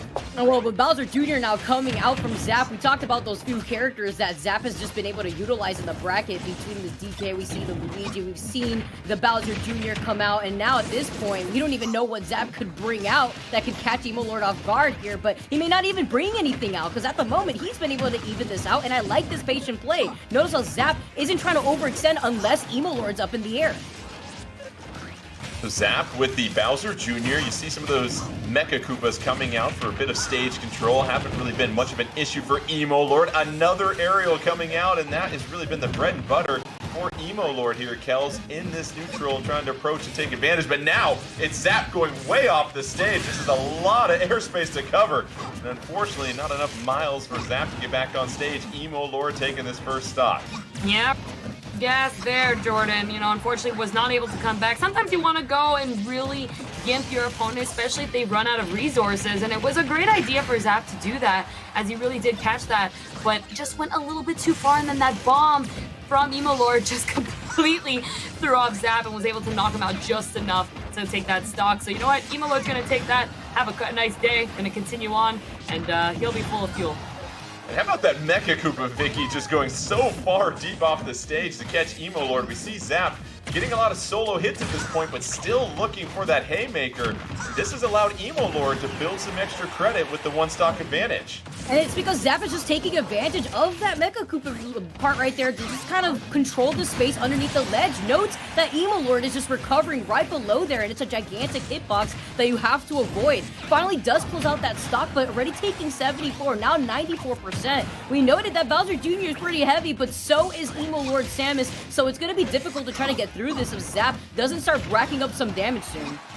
It's very hard for Bowser Jr. to deal with Samus's projectiles. As we've been seeing, I've actually noticed that Bowser Jr.'s projectiles, such as his little minions, aren't even going through any of Samus's projectiles. It's making it extremely hard for him to get in and to get anything really started up. Finally, with the fork there, gonna knock him out, but again, losing stage control, going to the ledge, and that charge blast, Jordan, it's making it hard for him. Hey, listen, you said fork, and I got excited because I'm hungry already. It's 167 to 75, second stock each. Just got to do our homework right there. Dot our I's, cross our T's, but the up throw from Emo Lord gives them a 2-1 advantage heading into this final stock for Zap. And I continue to say it, Kels, I just love the way that Emo Lord can switch up their play style. They can camp, throw projectiles, they can get right up in your face and box, they can approach with safe aerials. I'm loving the adaptability we're seeing from Emo Lord. Yeah, for sure. I really love that. And you know what? He did choose to be aggressive at the wrong time, though. Gonna cost with that up smash out of shield from Zap. A very quick tool and a very powerful, consistent one coming in from Zap and specifically Bowser Jr. But now back to the defense role. We saw that shield coming out, and now we're getting some damage again.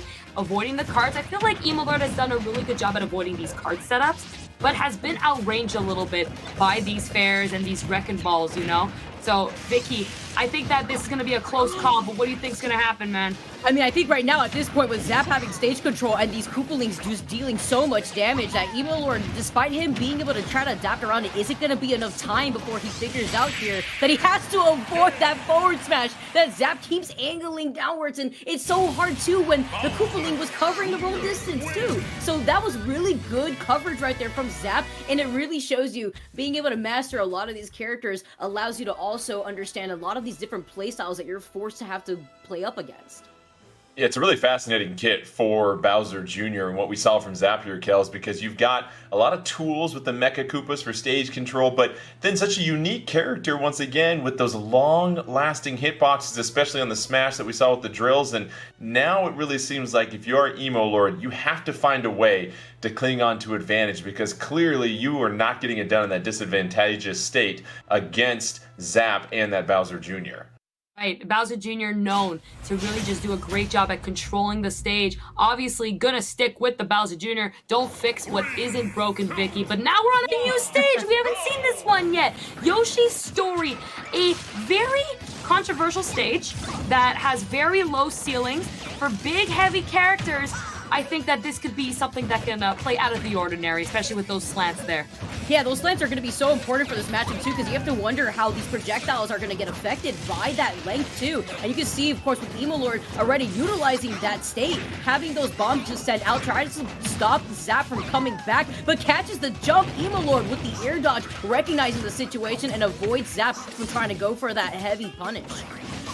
Say what you want about the stage, it's hecka cute. I'm gonna be honest, I'm gonna go ahead and just open this up and read a nighttime story to my little guy with some Yoshi Story, but it is an interesting stage. It is a shorter ceiling, so you gotta be very careful about what you're gonna do if you find yourself in a position to get sharked or get hit by an up air, but right now, it's Zap that does a fine job of anytime they fall out of the clown car here, Kells, able to still connect on a falling aerial with Bowser Jr., and that's a tiny hitbox. That takes some precision. Yeah, for sure, especially with those slants. You might be able to duck right under it, but not these big boys. They're gonna go right into it and take every hit that's coming at them. I am curious to see, though, how these kill setups are going to be affected on such a small stage like Yoshi's Story. We know we have the cutesy stage and the beautiful music going with it, but oh boy, do you lose stocks fast. And just as I said that again, you know, the 160, you're going straight up to that blast zone. This is going to be a big advantage here for Emo Lord. Does get the up smash, not going to take the kill just yet, Vicky.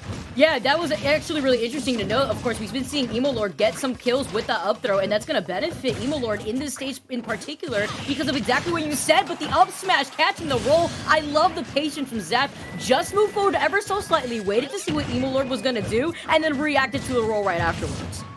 A potentially game-changing stock by Zap, able to come in down one stock and not take a single bit of damage. But now it is Emo Lord with the advantage. Zap needs one more win to win our second grand prize of the day. This will be the winner of Losers Finals. Emo Lord trying to extend it to a third game. Zap trying to get back on stage. And a great recovery there, Kels, because we thought Emo Lord was going to have total control at that moment. But it's all about Zap trying to get back in the middle. Now let's see how they can recover. Yep, Zap has a lot of options here. You know, Bowser Jr. can be rejected on returning back to the stage a lot due to that linear recovery once out of the carts. But besides that, he's got quite the Mario Kart experience. You know, he can really go up and around over the stage, and he's going to be okay, especially with that heavy body. But I don't know how much he can take with that big charge blast in the face. Only 60% now. I mean, Emo Lord has a nice lead. Again, though, small blast zones could make the difference. We always believe in a comeback. But hey, Emo Lord feeling really good having that control, especially in the center, Vicky. Yeah, the platform control has just been intense. Every time we see these two players go back and forth, it's Emo Lord who's consistently been able to further in that gap, make sure that there's no comeback potential, but that was the opportunity right there. You saw Zap see it and does manage to close that out. Taking full advantage of Emo Lord actually going off the stage is your best bet in this matchup, Jordan, and that's what I want to see from Zap, because just like what Kels was saying, comeback is definitely in the realm of possibility, and we're seeing it happen right now with Zap playing slower. Well, Kels, what surprises me is the liberal use of up B for Zap and Bowser Jr. He has no problem busting out of that clown cart and then connecting with a back air or fair, and so far that has been the difference, but now it's getting down to that final stock. Emo Lord's trying to build a little bit of an advantage here, but Zap not afraid to continue to be aggressive here, Kels. Yeah, you know, you were talking about that up special coming in from Zap. It does have a hitbox and it comes out quite quick, so it's a great out-of-shield option. The exact same way on the other side around. There it is. The back here not going to take it, but does have that up special that also does the same thing. And not even enough. Unfortunately, loses the jump and is going to lose that game. You know what? We call it a day. Ladies and gentlemen, we got Emo Lord that moves on and takes the loser side of the bracket so flawlessly. Well, that was very impressive by Emo Lord at that moment, but as we mentioned before, this is really close back and forth, and Vicky, I love the way that Emo Lord just stayed calm, cool, and collected, and we saw them really hunt out some of those up throws in that shorter ceiling stage, but then right there, connecting with the aerial, it's just the precision and the patience that you see on display, and when you look at this final game 3 that we're getting set for, do you see any adjustments that we might potentially see from either one as we have a repeat? Let's go ahead and copy paste. Oh, and a little talk right there. Zap saying, I won't lose. We'll see if Emo Lord Vicky has anything to say about that. Yeah, it's just gonna be going back and forth. It's insane. With that tag 2 from Emo Lord, I'm surprised here that we're not even seeing a Dark Samus. There's no swap here because you can see Emo Lord with a double up air to up B. Start this off so strong. Let's call in for a second up B here from Emo Lord, making sure to rack up as much damage as possible. But then you talk about the damage output that you see from Bowser Jr. and could reverse that immediately right afterwards. What can we see here as a punish? A roll to avoid the grab. I like the way both these players have been essentially dancing around each other. And also, just to note, of course, another Yoshi story just making another comeback for this final game. I feel like every time I play online and you hit the random button, sometimes you just most likely get Yoshi Story. Once you get Yoshi Story, you always get Yoshi Story. This stage has a story and it talks to you, and it's talking at the final match of this region right now, Jordan. Both of them so close. That bomb actually connects. Jordan, I'm amazed. Take it, please. Take the mic. Well, the cannonball is done with its momentum. It's dropping, and Emo Lord and Samus just eat a cannonball to the face, and that's the first stock. Now, Zap's in at 113, though. That might not be too bad for Emo Lord to overcome. Has to try and get a connection, and Vicky, this is when we usually see Emo Lord try to connect with that grappling hook and go for an up throw on this particular stage.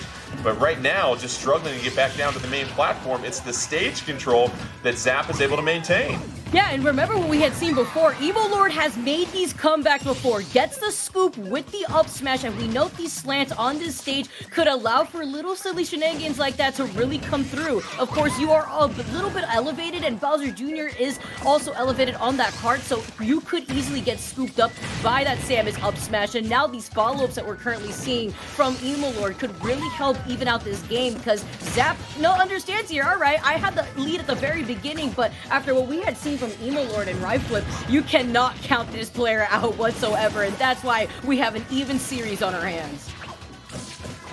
2 stocks apiece, and what we're starting to see here, Kels, is more of that grab coming out from Emo Lord. That grappling beam takes up about a third of the stage, so it makes it very difficult for Zap to find that proper spacing without having to deal with getting grappled and then possibly up-throwed on a tiny stage. But it's Zap that gets Emo Lord down to the final stock, and now can Zap here, Kels, build somewhat of an advantage to try and set themselves up for that third and final stock. Yeah, you know, this is an advantage stage. Zap took that stock. It's a big deal. Still 117. A little bit healthy when it comes down to a Bowser Jr. with that cart, with adding some weight to it. We have an edge guard position coming in from Emo Lord. That fair has such good knockback. Not going to be enough just yet. Going to drop all the way low. Gets hit with the oh my god. The bomb actually helping. The throw not going to do it again. Such a heavy character, gonna last for such a long time. Gonna land though right in front of another charge. You know, sometimes I think Zap just wants to get hit by it. You know, he took a year of that. That was a lot of damage. Sometimes, you know, you feel better when you have a lower percent rather than a higher percent. So he said, you know what, I need you to take this stock so that I can just play a little bit better. Thanks, I appreciate it, Vicky. Yeah, honestly, right now with the way that Zap has been getting hit by those charge blasts, I'm gonna be a little concerned here if he can't keep up this aggression, but I like the way that he's able to utilize these up airs and the patience too. Notice he saw that the first up air didn't connect, so instead he just backed off, but gets hit by another charge blast. It may not be fully charged this time around, but that's intel for Emo Lord to note that Zap is susceptible to running into those. And this is what you tune in for. Final stock, final game of this game 3. Who is going to advance and take home that grand prize? It is Emo Lord with a slight advantage. Right now it's Zap, though, that controls the stage. Emo Lord with the punish after the whip. Some of these bombs dropping down. No way! It is! The barrage of bombs off the side of the stage, Kels, is enough for Emo Lord to claim the losers finals and take home a grand prize. And that is just some very creative edge guarding that we saw right there, and it goes to speak once again the adaptability of Emo Lord and Samus. Emo Lord was trying to get that the whole set, Jordan. He was at the ledge on purpose, dropping those bombs, knowing that once Bowser Jr. gets out of that cart, there's a few frames where if he's hit, specifically just by a little light hit, he won't be able to get his cart back and will fall straight down. And, you know, we saw Zap doing a great job all set avoiding it. He would drop down lower, sometimes higher, to avoid those frames. But that was the perfect and literally the most best timing possible that you can hit that, and was able to take that. Emo Lord really deserved that. I mean, it really came down to the wire, really was fluent the entire tournament. Again, only losing that one set. He called it. He's taking it home. And that's what you love to see. Let's go ahead and check out the final bracket from regions 5, 6, 7, and 8. And that is going to be Emo Lord also winning a grand prize. The gaming chair, the headset, the NintendoVS US Fall Open 2021 trophy, the 10,000 My Nintendo Gold points, the jacket, backpack, carrying case, pin set, badge, and lanyard. All going to Emo Lord. Also Colmar winning in winners finals. So that'll do it for regions 5, 6, 7, and 8. We'll have regions 1, 2, 3, and 4 here shortly. But before that, this fall, Nintendo and PlayVS have partnered up to offer Super Smash Bros. Ultimate and Splatoon 2 as high school sports. Grab your friends and team up to represent your high school for the chance to bring your school a championship title. The fall season has already begun, but you can sign up now to learn more about the spring season at www.playvs.com. Spread the word at your school and visit www.playvs.com to get your school ready to play in the spring season 2022. We'll step aside here for a moment, but when we come back, we'll have the finals for regions 1, 2, 3, and 4 as we continue along on the Super Smash Bros. Ultimate NintendoVS US Fall Open 2021.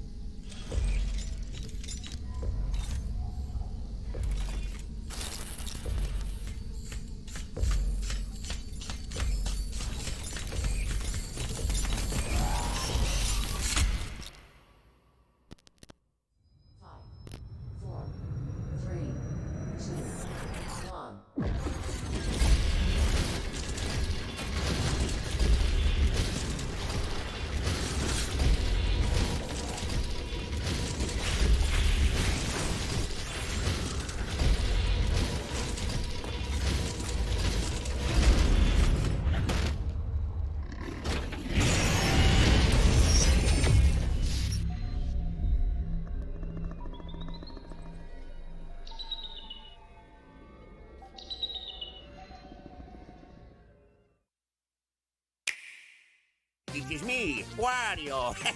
My new game is full of instant action. These are micro games, so you'd better think fast and act fast. Oh, and 2 people can play at the same time. So play nice. Over 200 micro games. So many. Do you have what it takes?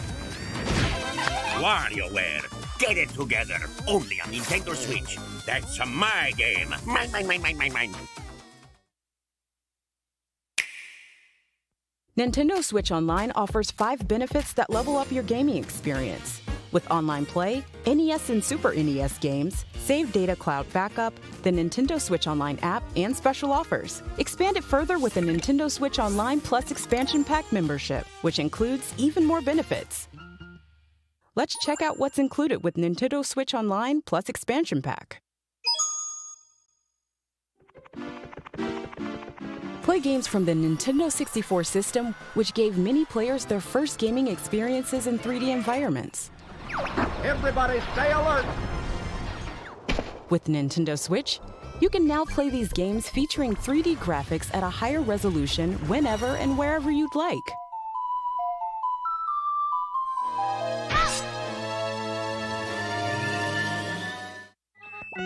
Suspend points let you save your game whenever you'd like, so you can play for a bit, even when you're short on time. You can also play multiplayer games locally or online with up to 4 players.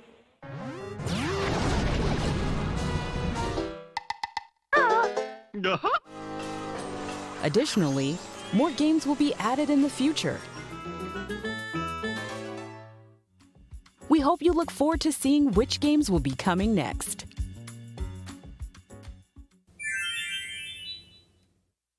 Players who have the Animal Crossing New Horizons game can enjoy the paid DLC, Animal Crossing New Horizons Happy Home Paradise, at no additional cost. Expand your horizons and help design vacation homes for clients on all new resort islands.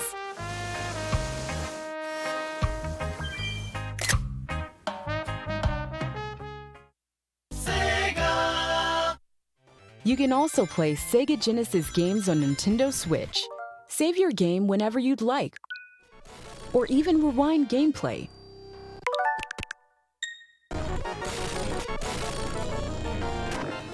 Multiplayer games can also be played online. More Sega Genesis games will be added in the future. Nintendo Switch Online is available starting at the pricing options shown here. Nintendo Switch Online Plus Expansion Pack adds the 3 benefits we previously introduced, starting at this pricing plan. If 2 or more people will be using this new membership plan, the family membership is the most cost-effective option. Current Nintendo Switch Online members can change over to Nintendo Switch Online Plus Expansion Pack at any time and receive a prorated discount based on the number of days remaining in their current membership. Please visit the official website for more details.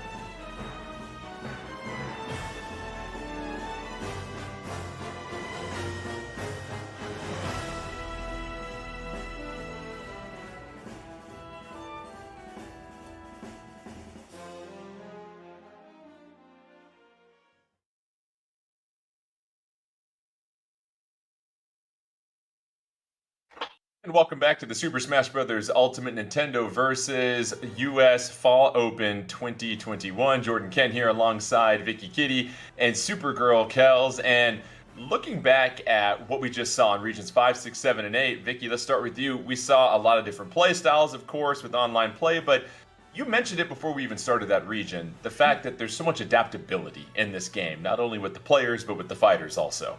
Yeah, I mean, when you have a roster of up to 82 characters now with Sora's inclusion afterwards, then you have to worry about 81 other matchups, and that could be so difficult when you only solo main one character. So we see a lot of these competitors able to pick up multiple characters, so that way they can cover their original bad matchups with whatever character that they decided to learn the game with. And Kels, when we get set for regions 1, 2, 3, and 4 here, we're going to crown 2 grand prize winners here, one from our winners final and one from our losers final. But we've seen before, just it takes a lot of endurance to really understand that matchup. It's not just about your main, but it's also about understanding the strengths and weaknesses, about who you're going against, and then incorporating that with the stage that you're on. Right, keeping that mindset so strong, not only for that match, but for every match. What's going to happen when you lose a match? What's going to happen when you win? Are you going to get ahead of yourself? Or are you going to fall down? What happens when they switch characters? What happens when you switch characters, right? It's every possibility that is endless as to what can affect your mind and your endurance level, and how are you going to keep that up. And we're getting into a bracket now where we're going to see a lot of characters. Every player in here has used more than a handful of characters during their run to get to the finals today, so that endurance is going to come in handy. Let's take a look at what the winners will take home. Our top 4 players from regions 1, 2, 3, and 4 of nearly 1,000 entrants, and it is an absolute haul. You've got a gaming chair, a gaming headset, a Nintendo vs. US Open Fall 2021 trophy, 10,000 My Nintendo Gold points, a Super Smash Bros. Ultimate jacket, a backpack, a Nintendo Switch carrying case, a Super Smash Bros. Ultimate pin set, a Nintendo vs. badge, and Nintendo vs. lanyard. So you gotta love that along with the bragging rights. But let's go ahead and take a look at the bracket, see who our 4 fighters are going to be here today. And we've got Mitty versus Arrow in our first winner semifinal, and then Toonfink against Aquabox. And Vicky, Mitty, used about 3 or 4 different characters in the round of 32. So again, that adaptability, that's kind of scary to go against when somebody's that well versed with multiple fighters. Yeah, it's super scary, and it's intimidating too when you lose that first game and then you see the player who won that first game take out an entirely different character. So now you're forced to not only adapt around what mistakes you made, but now you have to adapt around an entirely new character. But it's kind of what Supergirl Kels was talking about when it comes to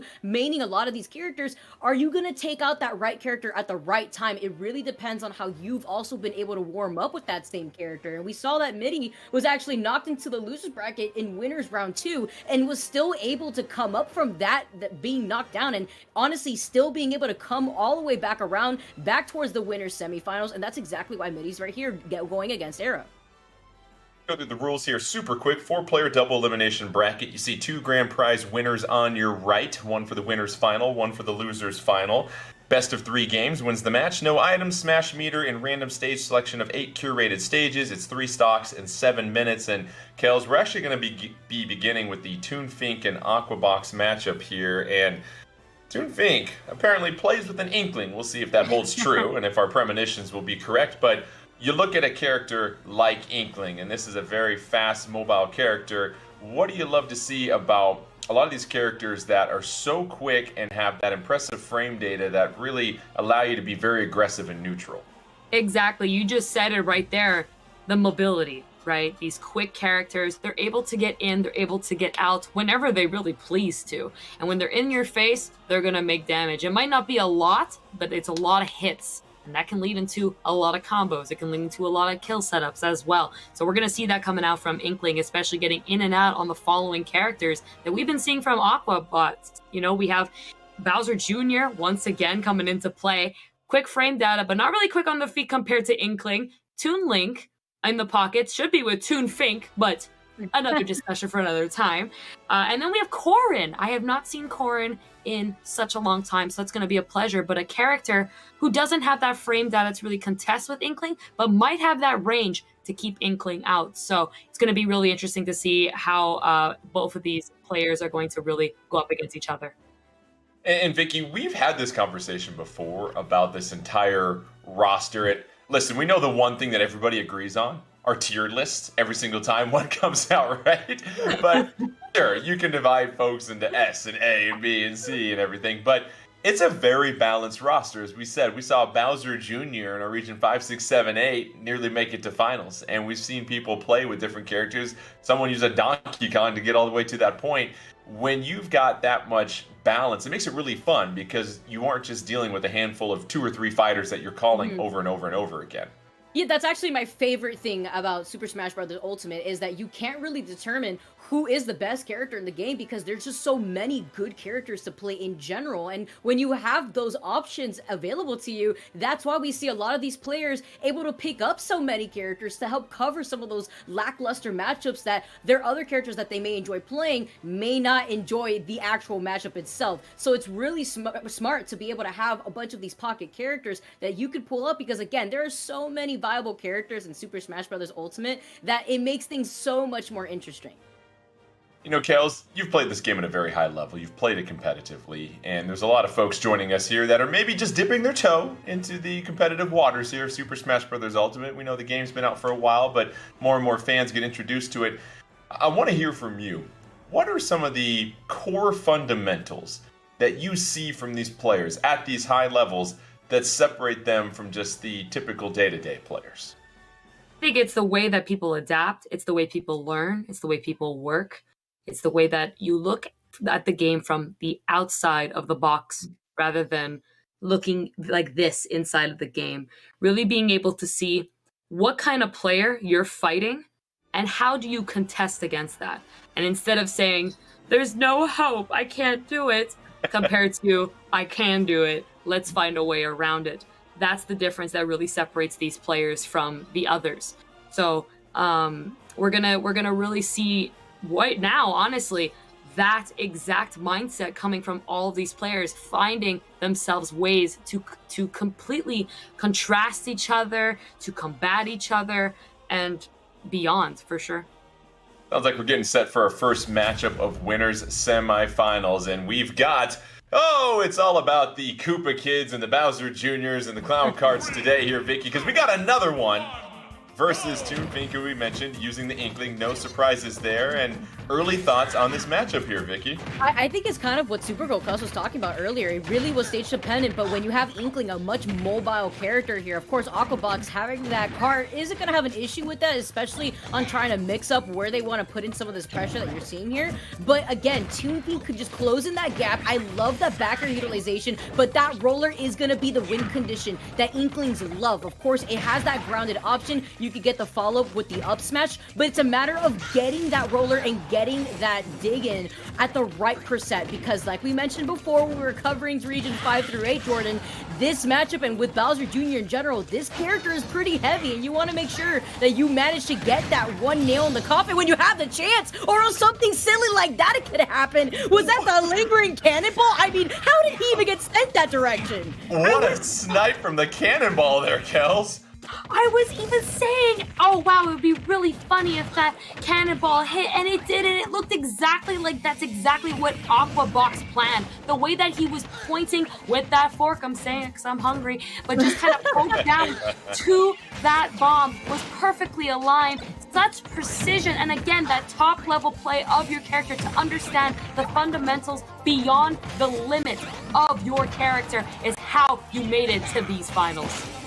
Aquabox making some pretty good ground here on their first stock, still setting things up nicely if they do get KO'd here. Toonfink trying to keep this close, looking for that KO, and there it comes from the aerial off stage, Vicky. And now, can Toonfink use some of that mobility? It really seems like Aquabox has maintained control of the stage for the most part here, Vicky. Yeah, I mean, we talk a lot about the mobility, but the issue is let go of your shield early when you're such high percent. That is gonna happen here. You're gonna get pressured out, and Aquabox is rolling with this momentum. I like this grab to kind of shift things back in Toonfink's favor, but just Toonfink running into a lot of these projectiles that Aquabox is putting out is what's kind of stopping Toonfink from closing in that gap and having the advantage that Inkling would otherwise have in this matchup.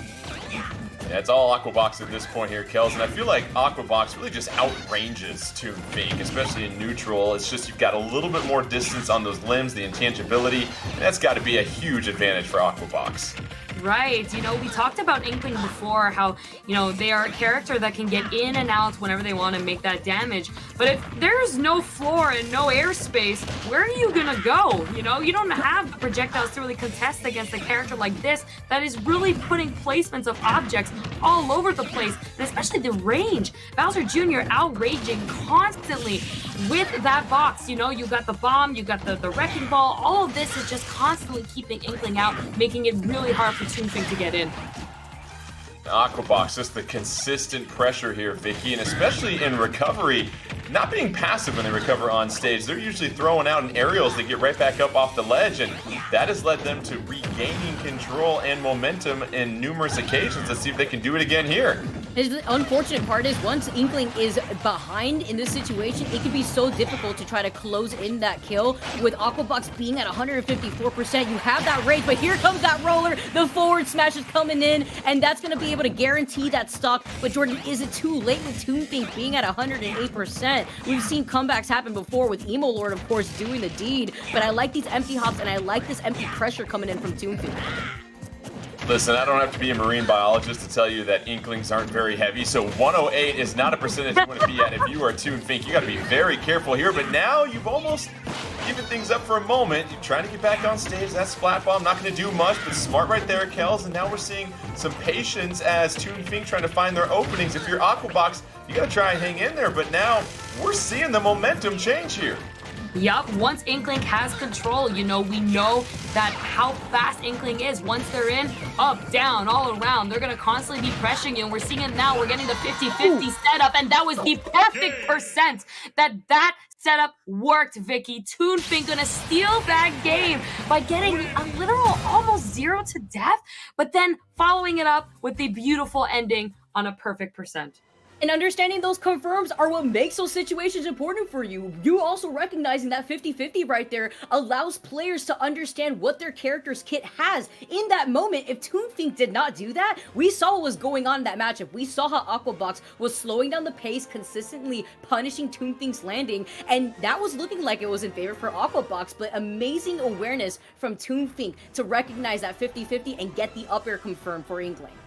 Yeah, it's exactly what you talked about, Kels. When you get to this high level, you didn't see Toonfink all of a sudden panic because they were down and try to overextend and get outside of themselves. They let the game come to them and just continue to stick to their advantage in that matchup, and that was using their mobility to sort of hit and run and finally get some of those confirms, and we saw it with that final stock, and just what an impressive come from behind victory. And that will just change the Koopa kit. I don't think that makes a difference here, Kels, if you go from Iggy to Larry, but we'll see what happens if Aquabox can change their strategy as you still stick on the same stage. Maybe Larry's hairdo will make the difference. We don't really know, man. But what we do know, though, is Toonfink figured something out already. Continuing that pressure that we saw at the end of the last game, really able to get in. Once Inkling is in, they are usually able to make tons of damage very quickly. The problem comes when they're behind, which we saw in the last game as well, Vicky. So it's going to be interesting to see now how Aquabox from behind is going to make the comeback and switch this gameplay up while Toonfink is so comfortable in that center. This type of stage really benefits both of these characters too. You have these long-range projectiles coming in from Aquabox, but then once those platforms come back, you know that Toonfink is going to really shine, and that aggressive option to come back towards the stage really sets up the pace that Toonfink is feeling. The parry into the back air and the patience, but I think that was a misinput right there, and dropping the shield does not get the KO. That was an amazing DI from Toonfink to make sure that they do not lose that third stock after having the lead.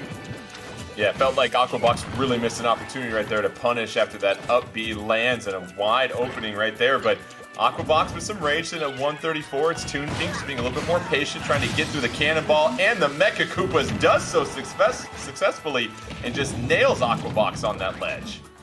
Yep, looking so good at the moment. Really good consistency, a lot of good follow-ups, and is taking advantage of the disadvantage once again. Keeping Aquabox just on ledge at all times.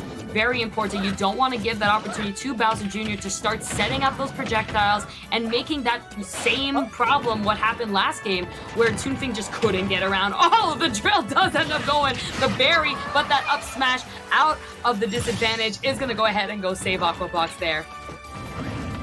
Toonfink, though, on that second stock. Vicky, was the first time we've seen in these last 2 games that Toonfink getting the whip a little dirty for Aquabox. You saw some of that ink on there, increasing the damage, of course, and now just these down throws into these aerials and these confirms here, Vicky. It really seems like Toonfink is getting the setups they're looking for.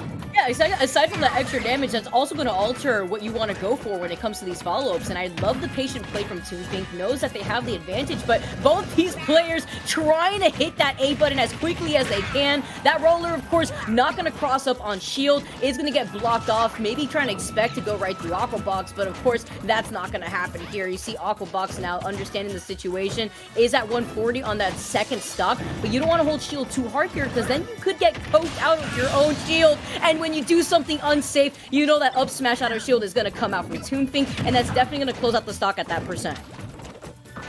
Kale's terrific patience with the shielding and when to come out of it by Toonfink, not panicking even though that shield was getting chipped away at by those jabs, and that's what you talk about when you mention the patience and the precision of these high-level players. They're panicking in these moments. They know exactly what they're looking for, and they get it, and obviously that roller is just doing all sorts of damage here. Toonfink trying to just swim away with this here, Kels. Oh my god, hold me.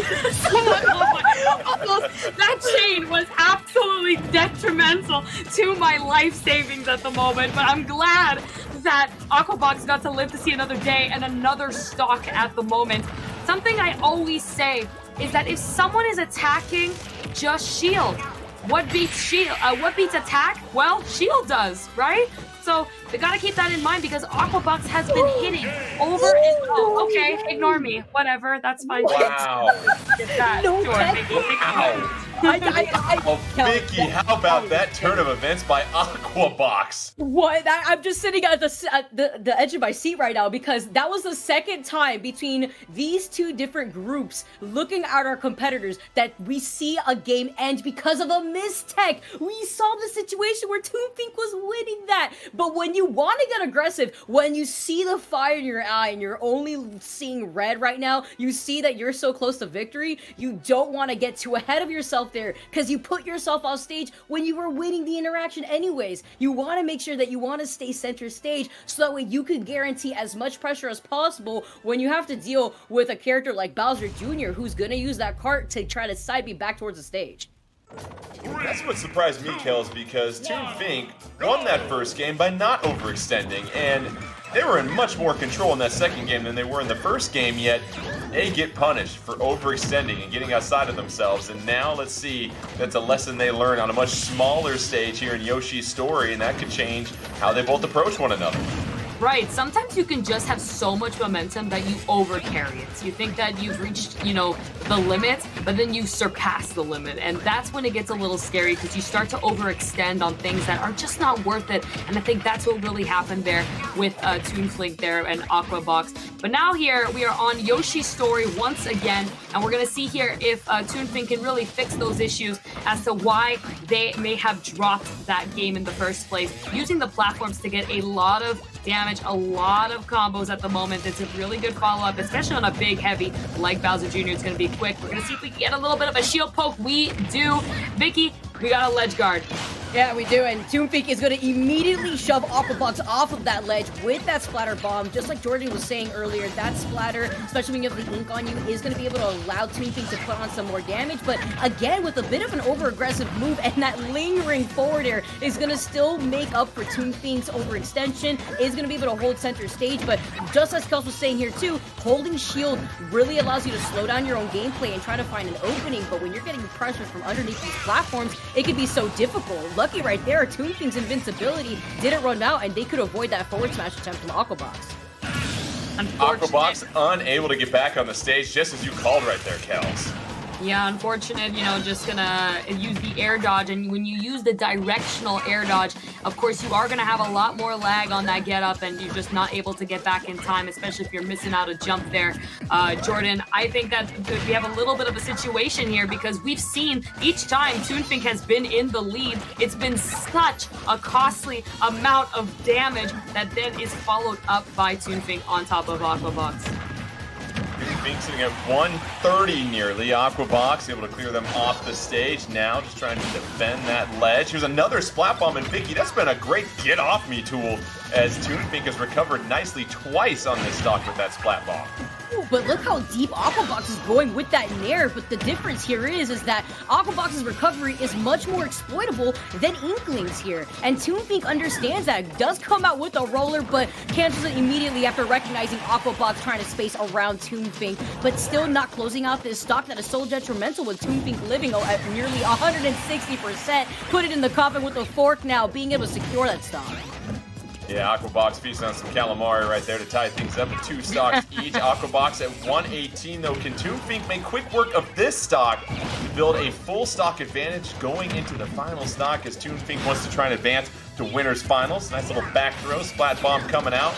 Now it's all about how Aquabox can renegotiate this safe landing. See that Splat Bomb waiting right there, and Kells, now it seems like Fiink being wiser about going so far off stage to try and chase Aquabox here. Oh yeah, you can tell he learned his lesson. You know, he's playing that still very good advantage state where he's really following up, taking the combos, extending, and really following up on landings. But this time knows the limit and is deciding, okay, we're not going to surpass it for a reason. There's a reason why things are called limits in the first place, you know?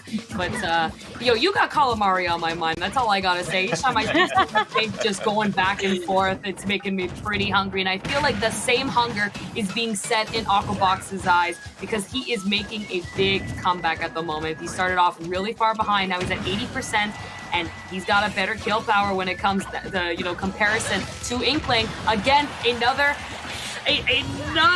extension. Was a little bit worried. Okay, gonna go off stage once again. Are we gonna get another Vicky might end up taking it. Okay, there it is! Yeah, the up smash, the lingering hitbox on that up smash. It doesn't fully connect here, though, so he's not going to be able to get much from it. And the knockback, of course, is going to allow Aquabox to get a follow-up. But the way that he's trying to empty hop, trying to displace himself to prevent Fiink from landing these backers, that will definitely be enough of a knockback hit move to close out the stock. And there it is right there with Aquabox having that last stock to play from. Fiink, 91%, still very doable here for Aquabox, but with Fiink starting out these combos, the air dodge is going to be enough for Aquabox to come back, but he got too aggressive. He pressed Nair to try to stop Fiink from recovering, and because of that, Fiink was able to get the slight hitbox on the Inkling recovery.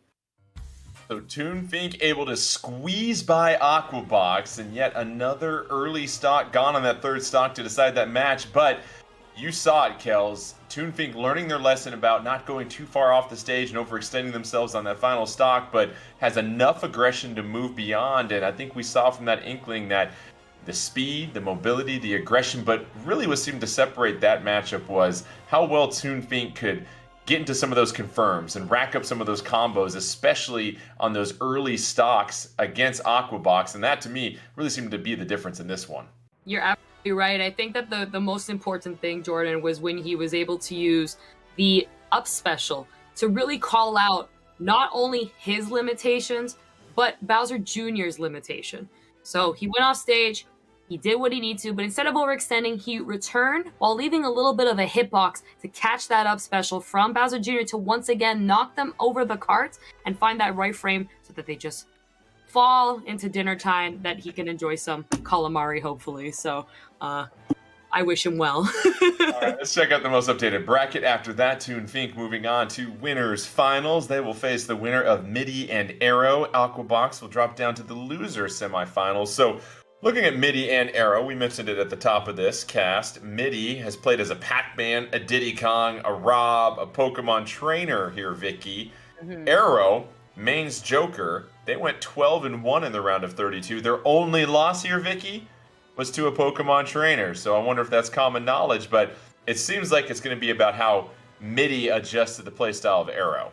Yeah, that is to also say, if Midi does go for that Pokemon trainer pick, that Midi seemed comfortable at the beginning of the bracket. Again, Midi was knocked into loser's bracket earlier in that winner's bracket and then started pulling out a multiple of different characters. So I feel like that's going to play into Midi's strength into this matchup because, of course, we could see with Arrow understanding the Pokemon trainer matchup that may provide some difficulty for Midi. So as we get set for this second winner semifinals matchup, winner of this between Midi and Arrow will take on Toon Fink. And you look at Joker, and everybody who might follow competitive play knows about MK Leo and his Joker here, Supergirl, Kels, before we got to this online world. But now, when we've had so much online play over the past year and a half, Joker not necessarily that automatic S-tier character. This is somebody that you're going to have to play a little bit differently with, but they still have some wonderful strengths that in the hands of the proper player can be really, really hard to deal with. Right, exactly. Joker is such a strong asset to naturally the game, but at a high level, it's hard to master.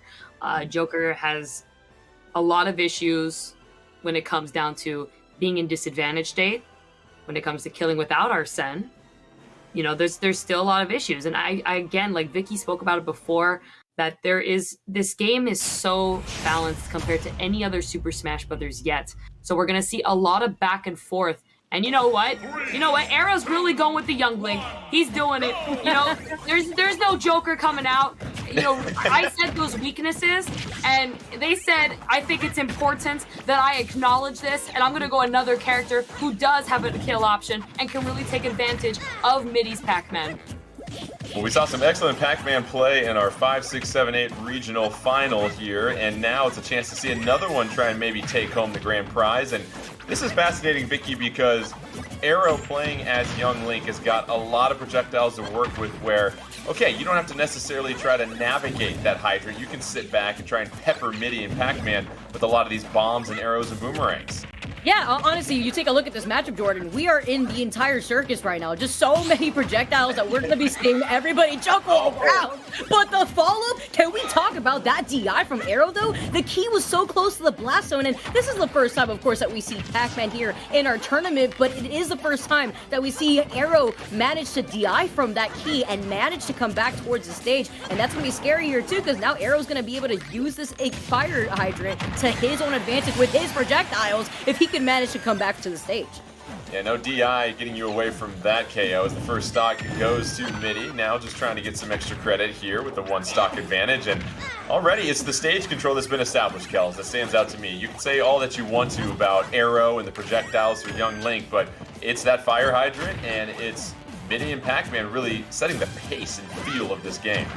Again, I feel like the center stage control that you might possess is the strongest asset that you can have in this game. And that's something Midi has had the entire game up until that very moment when she died. And it was all because she was in the corner.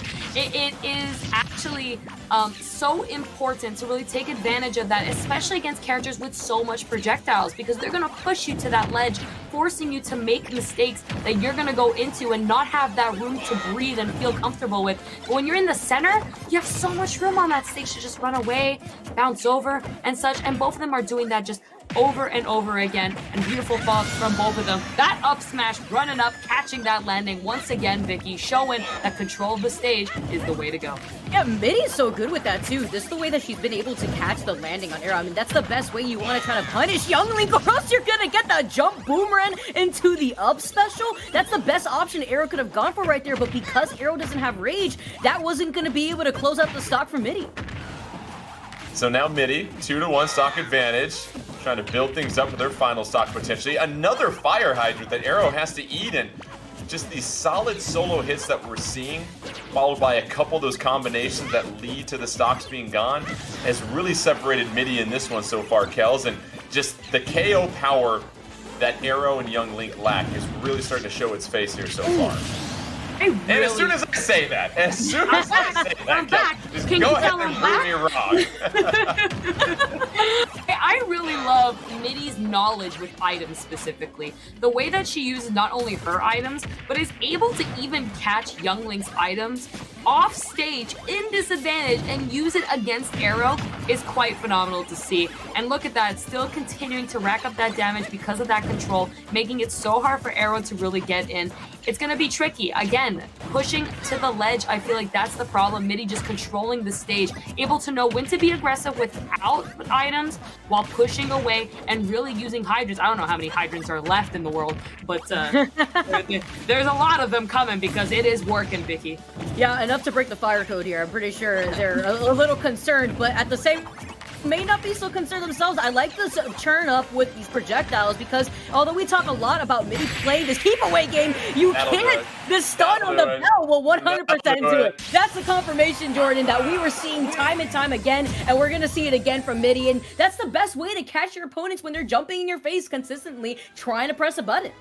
Yeah, that bell hits you like that Monday morning alarm. We all know how that goes. So that certainly leads to the early KO for Pac-Man, and very impressive usage of the items. I really think, again, Kels, this came down to Pac-Man establishing the pace of this match, and it really felt like Midi was on their heels and having to negotiate so much, and that's exactly how a Pac-Man player wants you to do. They want you to navigate all that, and then they condition you and read what you're trying to do for some of those easy setups.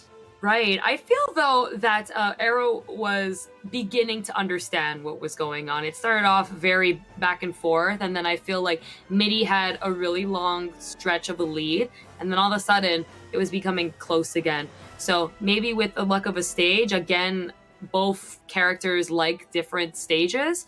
So maybe if we find something like PS2 or even Town and City, where we have the extension combos for Young Link on those platforms, it can make a big difference to take some KOs before Midi can really get an advantage and a huge lead.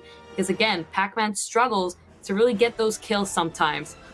So if Young Link can steal those stocks early, it might put a huge advantage for Arrow, Vicky. So Midi and Pac-Man take the first game, and to your point, Vicky, going off of that, it's going to be interesting to see if we see a character change from Arrow.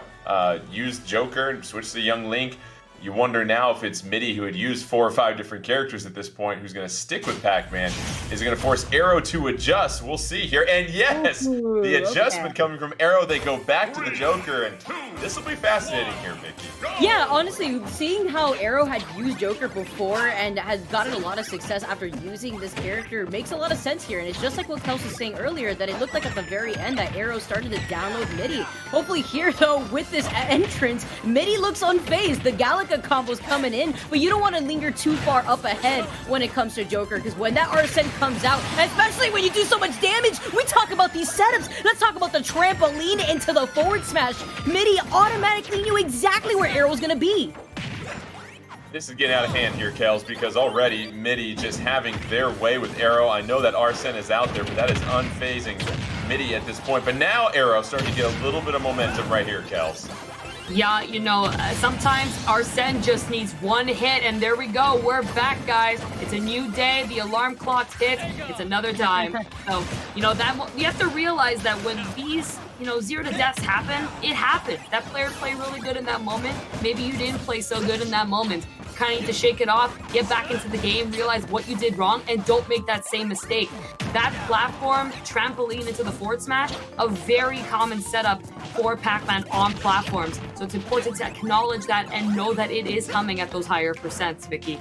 Yeah, I like the way that Midi was able to recognize that. Now it's more so that Arrow has to now readapt around that similar setup that you see Midi try to set the trampoline by the ledge with. And these hydrants now, ooh, that misclick right there, being able to get that grab off to the side, still doesn't matter because you got the key and you have these backers. Despite Midi trying to mix up that gameplay, you see that Midi's able to turn it up and be able to play as aggressive as she can. Of course, punishing every single approach option from Arrow when it comes to these recoveries. It's Midi always punishing Arrow trying to recover from below the ledge. And that was huge, Kels, because Midi taking that stock while Arrow had Arsene out, and that's exactly where you want to put anybody. Playing as Joker in their final stock with barely any Arsene meter filled to this point. It seems like Midi has a huge advantage at this moment. Yeah, you're absolutely right. You know, I kind of felt the pain coming in from Arrow. My brother being a Joker player, sometimes they wish that they don't get Arsene for the recovery's sake because they are more exposable to getting hit off stage. With Arsene, you have a way bigger hitbox, and Midi took a huge advantage of that to take that stock and now making such a huge lead at the same time. Going around the stage to stall out the time of Arsene, Midi is just one step ahead when it comes to the Joker matchup, using Pac-Man's tools to really contest against this beast. Beautifully played by Midi to just wait out that Arsene, goes underneath the stage as you pointed out, and now with a 2-to-1 stock advantage, a win here from Midi will push them to winners finals. They are trying to take on Toon Fink. Arrow trying to get one more KO here to try and even things up and then hopefully steal a quick stock with Arsene. But here is that bell, Vicky. You gotta watch out for that. And the fire hydrant setup too, you see how quickly that bell just moved in the direction of Arrow, but then you also have to worry about the Galaga too when it comes to trying to approach Pac-Man, and when you don't have Arsene just yet and you're on your last stock, Mitty recognizes the situation, even waiting out that Arsene meter. We may just see Mitty do it again, or we also may see Mitty feel as confident as can be after already having this lead, gets the up air. Maybe we may see a back air here to try to catch the landing. No. See the side B now coming in too. I really like this patient play from Mitty. You see, despite having the lead, Mitty's not holding forward in the matchup. Mitty hopping off stage, trying to wait out this Arsene. Arrow trying to take one more stock, does, but you're sitting at 146. Arsene is bye-bye, won't be coming back for a while. Now can Arrow try and somehow build up that meter? There's the bell, but Kells, Mitty unable to convert off of that. Unfortunate, just I think a little bit off. Joker, pretty skinny, pretty healthy guy, was able to slice right over that up smash, able to live to see another day. This is not over, if Arrow's able to stop getting hit by all these fruit and have a salad instead, I think that he can have quite the balanced diet here to take this game and hopefully bring it to a game 3 here, Vicky. Yeah, I really like the way that Arrow right now has kind of been dancing around Mitty. I like the utilization over the gun, but at 164, you are just an apple away from meeting the doctor in the office. And I love the way that Mitty is trying to play around this, but we see Arrow making the comeback. Seems like Arrow is just trying to get that Arsene meter filled, dancing around, doesn't want to put themselves in a very difficult situation or expose themselves, because with Pac-Man sitting at 64, if you can get Arsene, Kells, it is anybody's match at that point, because Arrow trying to stay alive. Mitty has to hurry up, and there is the key! Oh, right in the kisser. And Mitty will go ahead and take a 2-0 victory in this match and move on to winners finals, Kells. It was the key to seal the deal, and that is it. Mitty moving on. Arrow, almost a huge comeback. Imagine that rage plus Arsene. Yuck, I can't imagine what we could have had in the end. So Mitty had to shut that possibility down as fast as possible, Jordan. Go ahead and check out the updated bracket here in just a moment. And that was tense there, Vicky, down the stretch, because you felt like if Arsene came out one more time for Arrow, it was going to be a completely different game. But Pac-Man and Mitty doing just enough down the stretch to advance. And now we'll have a matchup, Pac-Man and Mitty versus Toonfink and Inkling. And I think I'm excited to see this one here, Vicky, because Toonfink's going to have to dance around a lot of stuff on the stage, similar to what they had to do against the Bowser Jr. So this could be a repeat of some of the same strategy we saw from Toonfink. Yeah, I think it really trickles down to how important these stages that these players go to work in favor for Toonfink, because we talk about the Inkling win condition before, being that roller, getting that dig in, and making sure that you can get the follow-up from either forward smash or up smash, but something in this matchup in particular that Mitty is doing such a good job at dancing around is the fire hydrant, which acts as a sort of obstacle to prevent that roller from actually fully going through. And of course, those waters that come out from the fire hydrant is going to make it a little difficult for Toonfink to kind of get around when it comes to approaching Mitty in the matchup. And Mitty with that Pac-Man, Kells, we saw just that variety and usage of the hydrant to, of course, control the stage, but I love the change-up of the Galaga and the bell and then the key, just looking for that right moment. It's almost like a pitcher trying to go with the right pitch based upon the situation, and I think it's a lot of times very difficult for people that play against Pac-Man to try and guess what projectile is coming next, because you're maybe not as well versed as dealing with that as your opponent who has mastered Pac-Man. Right, exactly. It's a lot of knowledge, constant practice with someone as Pac-Man. I only show so much respect for every Pac-Man out there, because it is hours of dedication and knowing when that right item is coming, when to use it, how to use it. Even at times just using the bell, dropping in front of the hydrant, and then it went flying to the other side of the stage. To be able to think like that and always be a step ahead is quite something to think about. So we're going to see Mitty's Pac-Man, the brain is still ticking, versus the speedy Inkling from Toonfink here, getting on to the winner's side. Gallows Pokemon League. This will be an interesting stage for both of them here, as Mitty and Pac-Man trying to go ahead and claim this first grand prize, or can Toonfink and Inkling Say something about it right now, Vicky. It is all Midi and Pac-Man getting the party started on this first stock. I don't know what Midi ate for breakfast. It must have been one of these fruits because the aggression turn up from Midi has just been consistent. Not only in their set versus Arrow, but now currently opening things up against Toonfink already at 97%. Isn't really allowing Toonfink to have any sort of breathing room. Toonfink really struggled and disadvantage early on, but it seems like things might stabilize here. The problem is you're sitting at 108 already in a somewhat lightweight character, and I think what's going to be interesting, Kels, is that Fire Hydrant can just slow down so much of that grounded mobility that Toonfink likes to rely upon. Just gonna mention that, Jordan, you took the words right out of my mouth. That's where Inkling really does struggle, you know, even though they do have really good air mobility and ground mobility, you can't really do much if you got a lot of things in your path, and that's where Inkling really does struggle here. Look at that, getting right through the roller, you know, you can't paint that red hydrant. That's Pac-Man's signature hydrant, so you gotta think of something else. But Midi continuing this rampage here, just building a wall, keeping Inkling away, playing that matchup so beautifully, throws the key against the splat bomb, Vicky. You know, I think the key is definitely going to beat a little bomb like that. Yeah, it's just also crazy to see how Midi understands exactly how slow that they're forcing Toonfink to play here. Now the Galaga setup as the Hydrant acts as the sandwiching tool. Oh my goodness! And Midi's still going, mind you, even though bounces off the stage with that side B. That's something that you have to take into consideration when it comes to Kalos. And now Toonfink's got Midi right where they want them, has the splat bomb, but can't get the follow-up as Midi comes back with a jump fair to get aggressively onto the stage. The Hydrant still being the key in this matchup, but you have to be turning the right direction to make sure you close out these stocks. 104.87, 3-2 stock advantage right now for Midi, and Midi doing all that they're supposed to be doing here at that one stock advantage, Kels, and just build up that damage percentage, dictate the pace, and it still doesn't seem like Toonfink is 100% comfortable with this play style. It's still just trying to think more than react right now. Definitely. I also noticed Toonfink is having a harder time shielding these moments. And it's actually very normal because of the dashing that Toonfink is doing. When you are dashing the way that they are doing, which is moving back and forth and giving the initial dash from your character, you can't shield. So you are more expected to get hit by projectiles and by any move in general. Attacking does beat dashing, so you're gonna take those hits and you're even gonna drop a stock for it. Midi gonna just continue this train of rage.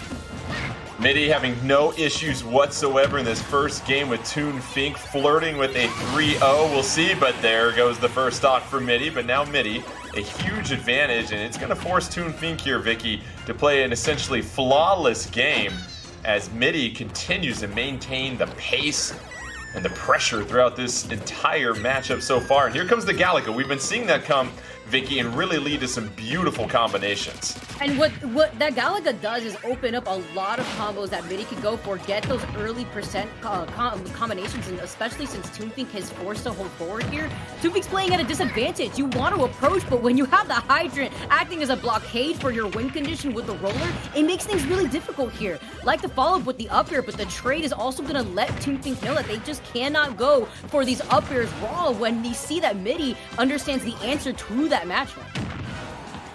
The Toonfink and Inkling, Inkling's trying to avoid water, believe it or not, and here comes the ledge trapping here by Toonfink, trying to get Pac-Man to lose one more stock. And listen, Toonfink isn't too far out of this here now, Kels. If you can get a couple of more confirmations here, you might find yourself in a situation where you at least have hope for a comeback in this final stock. When Inkling has advantage, they are in the lead. They are so powerful, able to put so much pressure on and off stage, and it's just been racking up, but unfortunately no kill has come out of it. Toonfink gonna get back off stage, and there it is. You're gonna yum. Nope, never mind. A little bit too early, Sometimes I go to the dinner a little bit earlier than when it is when I'm a little bit hungry, so sometimes I get it. I get what Midi was going for. Not going to be the case, though. The platform here coming in the case. Oh, we're getting the back air. Does actually be enough to seal the deal for Midi to take game one on Kalos here. I'm interested, Vicky. What do you think the adaptation needs to be made on the side of Toonfink? I think Toonfink was actually adapting at the very end of that game right there. You were basically wording amazingly here, Kels, where when Inkling has that momentum and when Inkling has the advantage, keeping off stage was really difficult, even for a character like Pac-Man that has a lot of mix-ups between the trampoline that you don't want to overextend with, as of course Midi could force out the trampoline and cancel it if they see that you're going to use it right there, or you also have the side B option. So even with these two different tools, you saw that Midi still had a lot of trouble, even delaying the fall with the projectiles. Toonfink was doing a really good job at keeping Midi off stage. I want to see maybe a different stage play into Toonfink's favor, because when you have Kalos, you have that flat stage for the Hydrant to really be an issue for your win condition if you're playing Inkling. Ask and you will receive here, Vicky. A different stage, a couple of platforms to work with here on Battlefield, and so now Toonfink, as we see, building up a 35-47-0 advantage, and it's got to be nice not to have to navigate purely around that Hydrant. You've got a couple of different avenues that you can go in. Kels, how about this? Toonfink expertly avoiding a few Galagas coming out, and you've got to be able to do that in these early percentages against Midi and Pac-Man, but nearly a spike off the stage. You gotta be ready for those Galagas. They are the main setup that we're gonna see at those lower percents, Vicky. You're gonna see them a lot more than what we think. Great tech coming on the part of Midi, though. Bringing it back and literally almost taking the lead in terms of percent. Her movement is just outstanding at the moment. I love the way Toonfink also is keeping control, not letting Midi set up when she has the chance here. Toonfink just doing such a good job at keeping her away at all times. All right, now we're gonna see here we have another neutral moment. They're both figuring each other out. I love the fade back though. Midi baited that grab to get her own. Now we have another edge guard situation. I feel like they've been so strong with that edge guard, Vicky. Yeah, I really like the option coverage from Midi too. Not only setting up the trampoline by the ledge, but the fire hydrant on the platform too. It's just so that way they can cover not only jump but roll in this situation. And with a different cover option, the down smash is going to be able to do it, as it does cover both directions. And understanding right there, Midi saw that Toonfink wanted to roll, wanted to avoid the fire hydrant, and that's the pressure, but you're getting scooped up like a double scoop ice cream here. Of course, my favorite with the up smash. Instead, it's going to be Toonfink who's going to be able to try to not only even this up, but try to get a little bit of an advantage with these Inkling aerials. Yeah, that lightning fast up smash just comes out so quickly, Kels, and Toonfink already evening this thing up, taking the lead here in the second stock for each of these fighters, and still doing a good job of avoiding that Galaga. But now this is where we saw last game.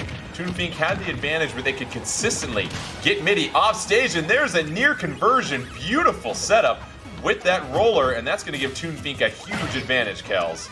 This is working beautifully for Toonfink.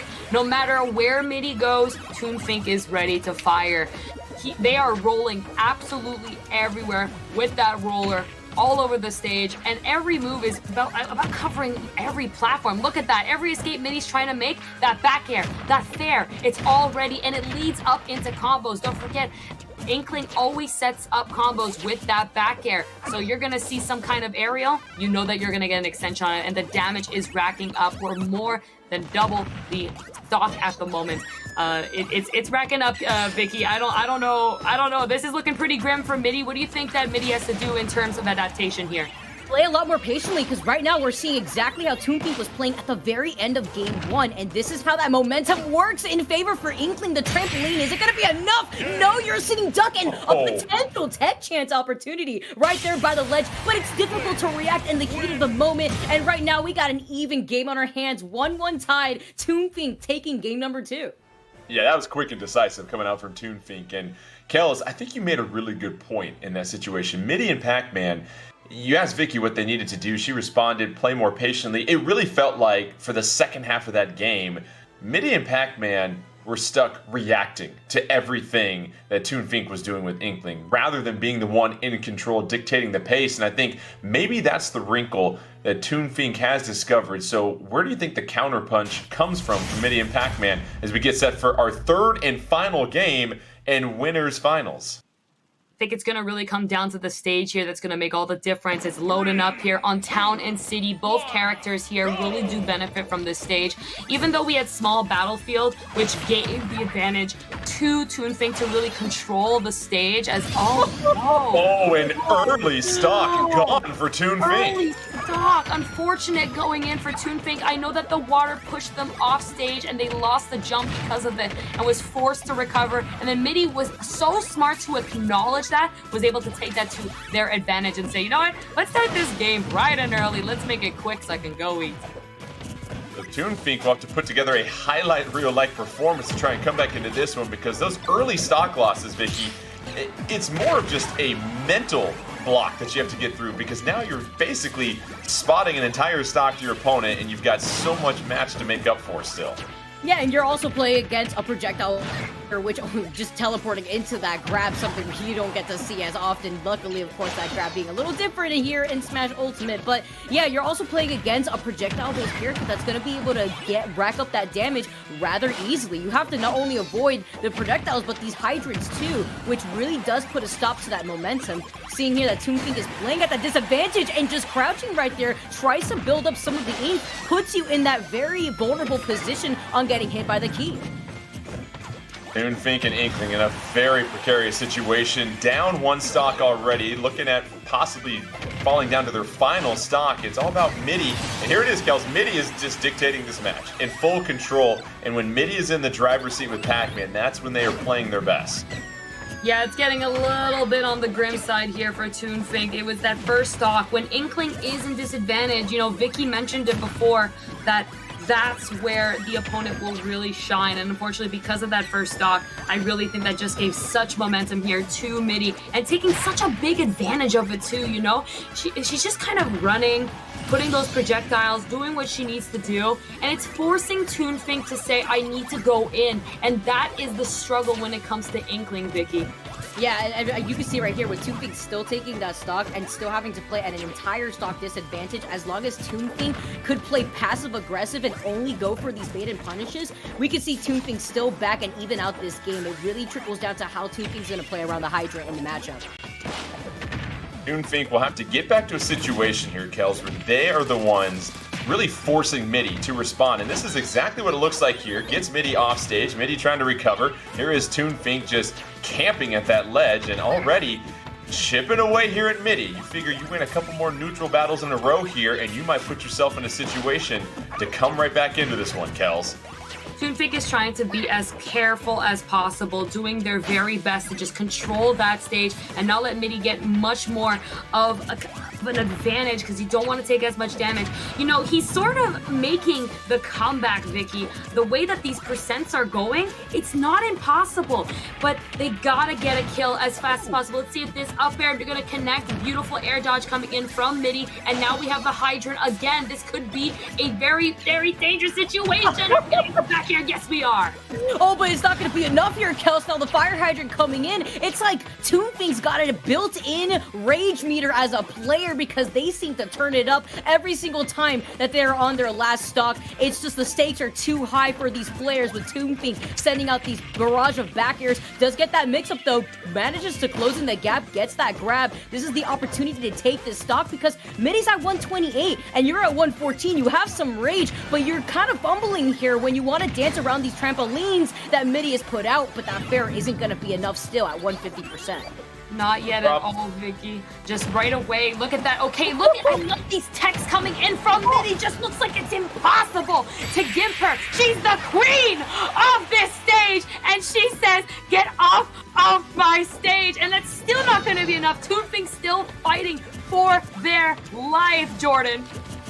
Toonfink hanging in there, but the problem is you're down 2 stock to 1, and now Toonfink's, and at 142, you essentially have to play flawless here in this final stock, and it just makes you feel so sad. And there is the bell, Midi, the conversion, the win, and that'll be a grand prize treasure trove for Midi and Pac-Man. And whether or not you lose a stock in the beginning, you still got to close things out, and it would have been really curious to see how that game would have gone if we hadn't seen that stock go so quickly, unfortunately. But that's going to be Midi and Pac-Man that are our winners. And once again, it was this back and forth battle. It was riveting here, Vicky, but whenever Midi and Pac-Man can throw down those hydrants, control the stage, and condition their opponent, they're so hard to get through that wall to try and get to them.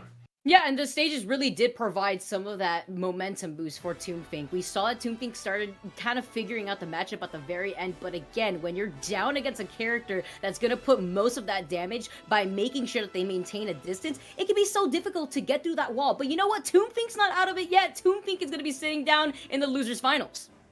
Go ahead and check out the updated bracket as we have our first winner of the evening for regions 1, 2, 3, and 4. That'll be Midi and Pac-Man. They can go ahead and sit back and collect their goods. That's the gaming chair, the gaming headset, NintendoVS US Fall Open 2021 trophy, 10,000 My Nintendo Gold points, the Super Smash Bros. Ultimate jacket, the backpack, the Switch carrying case, the Smash Bros. Ultimate pin set, NintendoVS badge, and NintendoVS lanyard. But that's all well and good. We now shift our focus to loser semifinal because there's still a chance for one more player to emerge as a grand prize winner. That'll be Arrow and Aquabox.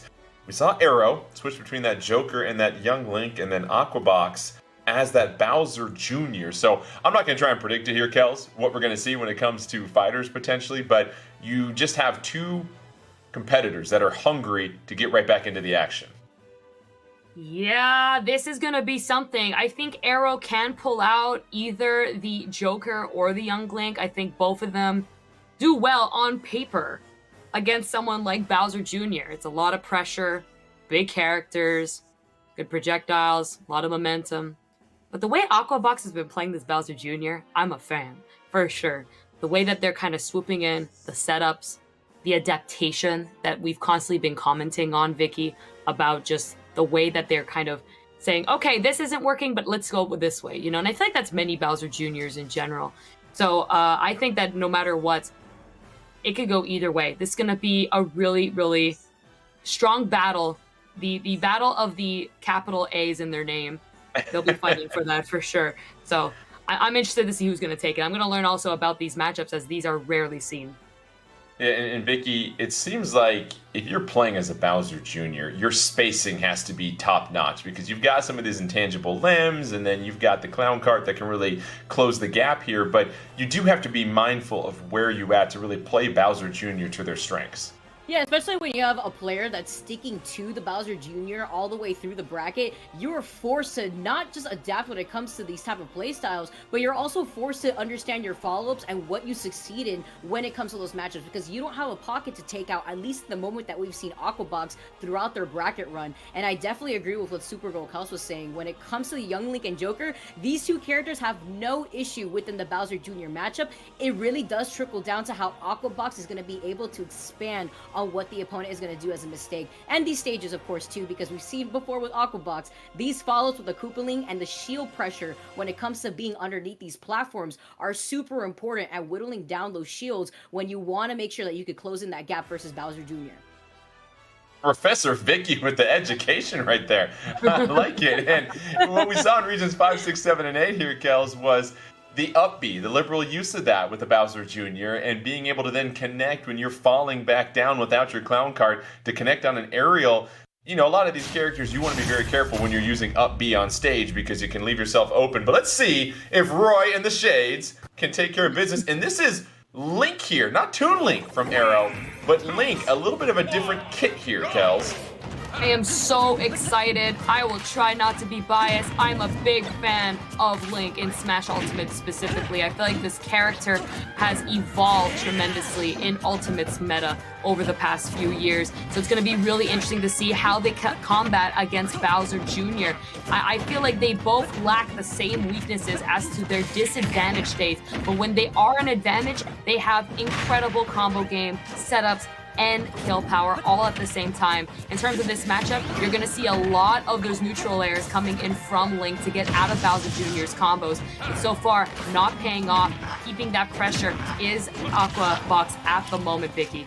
Yeah, I really like the way the Arrow answered back right there, though. Aside from the Koopaling and being able to utilize that sword and make sure that those Koopalings aren't an issue, you see that Arrow has just completely reversed the situation, and that's the new thing that we see from Link when it comes to Smash Ultimate, are these remote bombs, of course, coming out of Breath of the Wild. He's bringing that to his kit, and he was able to take that first stock, even trying to catch a jump right there as he's kept Aquabox by the ledge. Hold up, Kels. We gotta show some appreciation for just how difficult that last stock from Arrow was to precisely time that remote bomb right on Aquabox as they're getting back on stage. That's not an easy thing to do. It's not at all. Now that's another thing you're gonna see with the remote bomb, to be able to position yourself in the perfect spot and drop the bombs at the right areas, launching yourself back to the stage, teching over to make yourself get the momentum that you need. Arrow was able to extend his stock as far as he could, and now he's gonna drop it here. 0-0, Aquabox not being flustered by those amazing techs, by the way, but it's just gonna kind of keep up the momentum here and try to see if he can adapt and make damage. At the moment though, Arrow just has control, patience, offstage play. He's just looking so good, especially on a stage like Kalos. This is a stage that Link wants to go, controlling the airspace and the downspace as well. Right now, it really does seem like Arrow and Link dictating the pace of this match here, Vicky, and you've got Aquabox trying to just respond to what Arrow's trying to do, and we know those bombs so dangerous for a second stock. Arrow and the remote bombs in perfect harmony here so far. I just love the way that Arrow's playing this matchup. You understand that Aquabox is recovering a lot horizontally in level with the stage, and what better way to control all that space when you want to get back to the stage than utilizing those remote bombs. You see the mix-up too. Arrow not only having the bomb below the ledge, but above the ledge too, in case Aquabox opts to go for a high recovery. Now with Aquabox keeping Arrow above him, he wants to make sure he can capitalize off of that with that parry into up smash, but he's slowing down the pace here as he is on his last stop.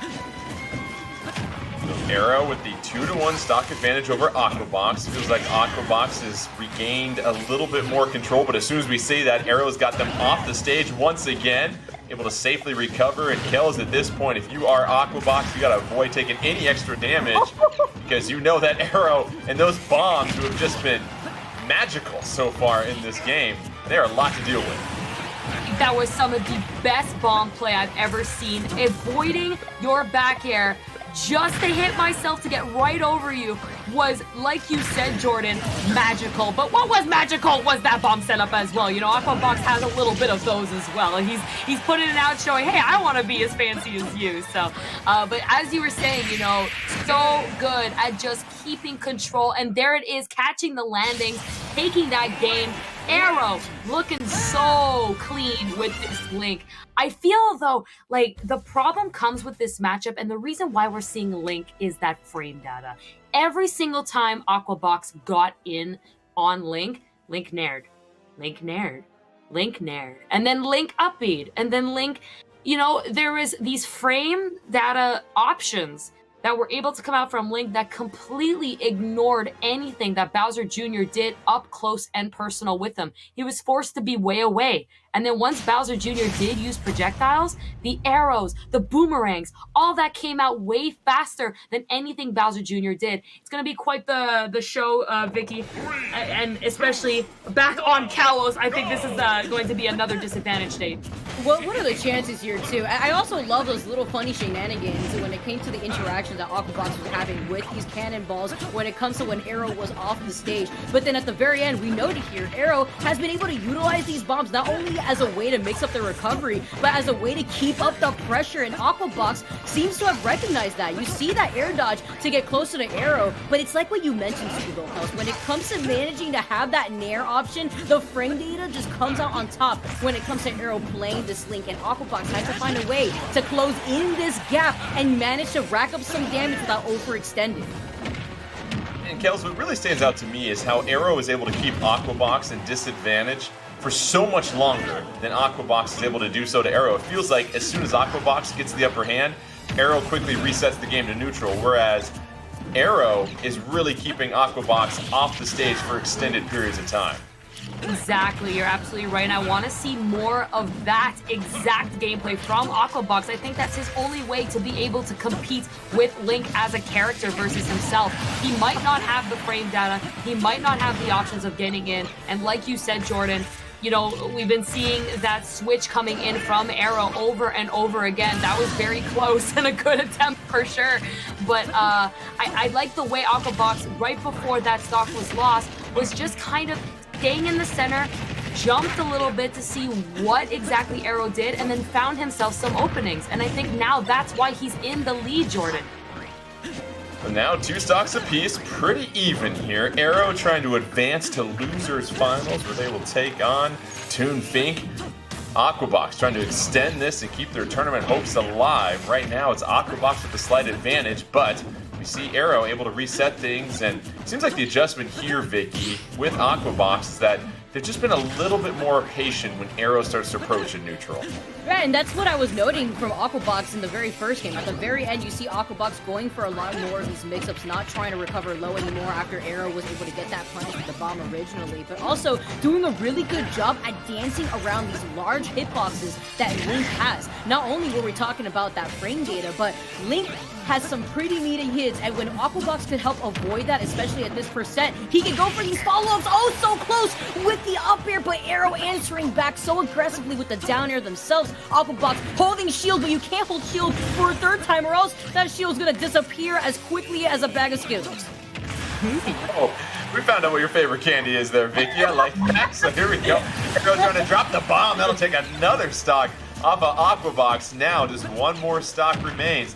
Can Arrow punch their ticket into losers finals? Aquabox has got to hang on, but really just trying to get on the same level as Arrow at this point. Does so, picks up the remote bomb. I'm going to try and play around with that. And Kells, I still like what I'm seeing from Aquabox. Even though they're down 2-1, it's that balance of patience and aggression that we didn't see in that second game.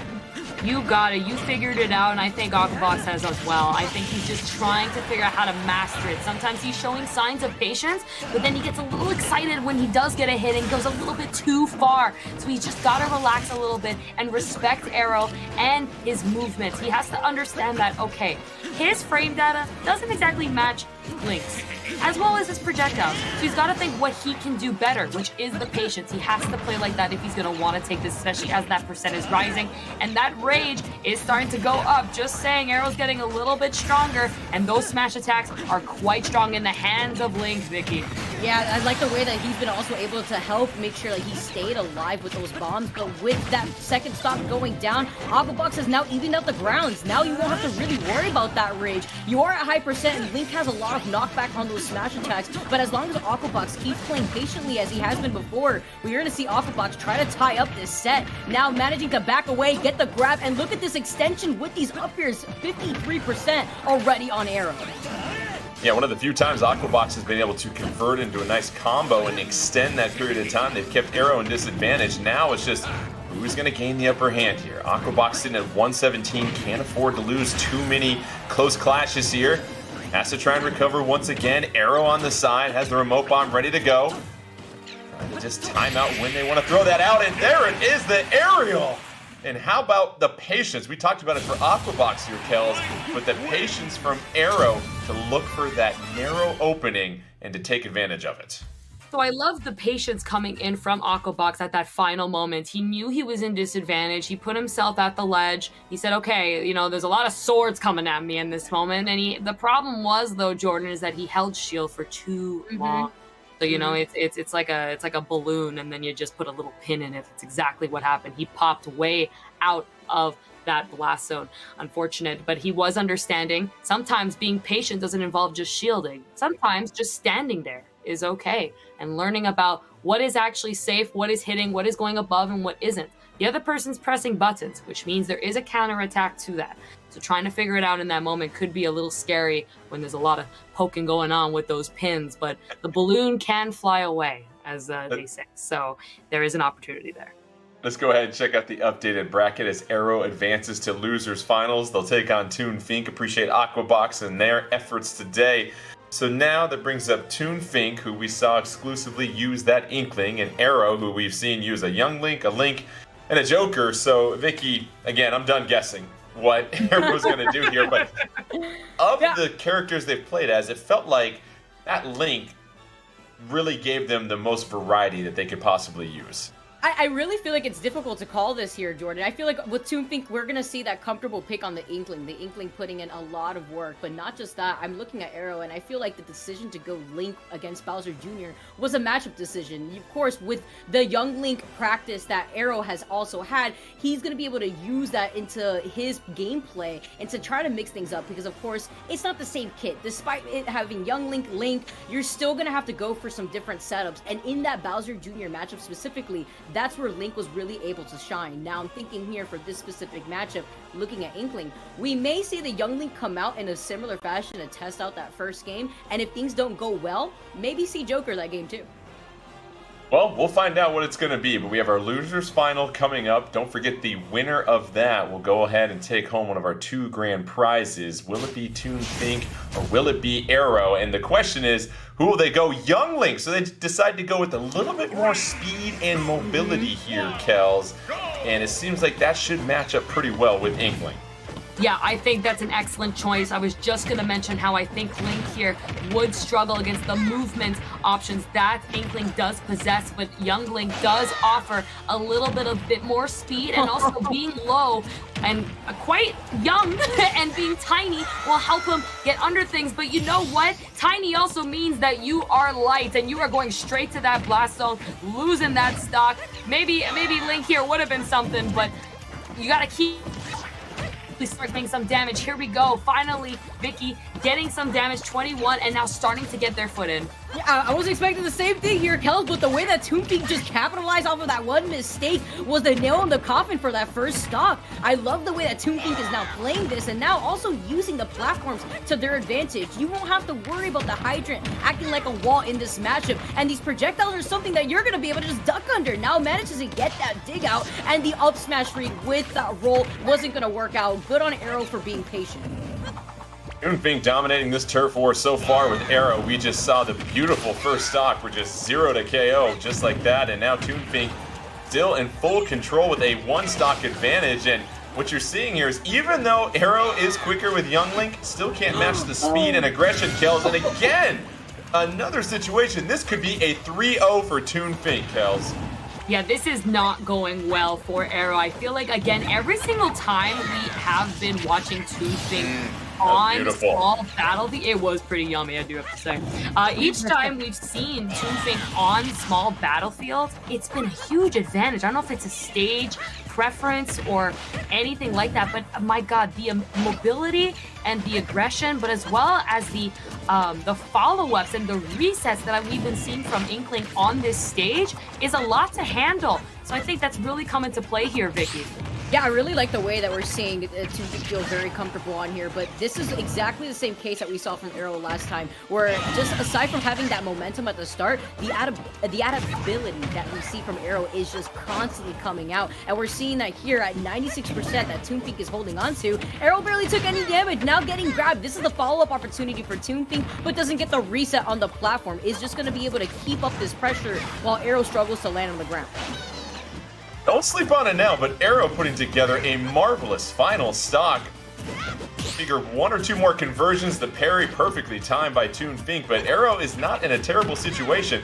They can go ahead and steal a stock. However, Toon Fink still just very comfortable, in control here, Kels, and this is when you're in those 2-1 situations, you gotta get just a little bit more damage if you're Toon Fink. You're gonna feel that much more comfortable when you get down to your final stock.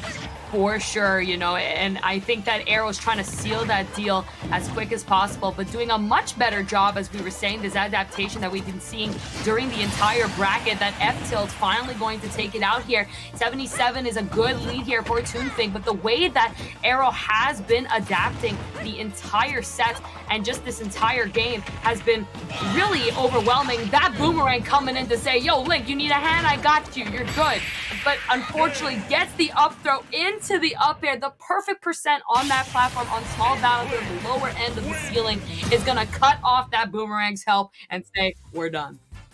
We saw Toon Fink and Inkling just sprint out to an early 3-2 stock advantage, but it's really the play in the final stock to go ahead and even this thing out that we saw down the stretch by Arrow. But now at this point here, Vicky, do you see any adjustments being made? I mean, even though it seemed pretty imbalanced at first, it seemed like Toon Link, once they were able to kind of link together some of those fire arrows and those conversions right after that, that's when things really started to stabilize. Yeah, I feel like right now from Arrow, we may actually see the Joker come out. I'm not too sure if maybe Arrow may feel like the young Link isn't doing it, but I also see that at the very end of that match here, Arrow was able to try to turn things around. We saw the follow from the boomerang, we saw the recovery extension from the bombs, but the pressure that Toonfink put on at the very start of that match not only dictated the momentum from the get-go, but also, it's like you were saying earlier, Jordan, that allows your opponent to kind of get into your head earlier on, and of course it's 2 out of 3, so you don't have really a lot of games to work out a lot of these different characters, but the master change up. Arrow, yeah, right here, Change up. coming Here out we with go. the wolf.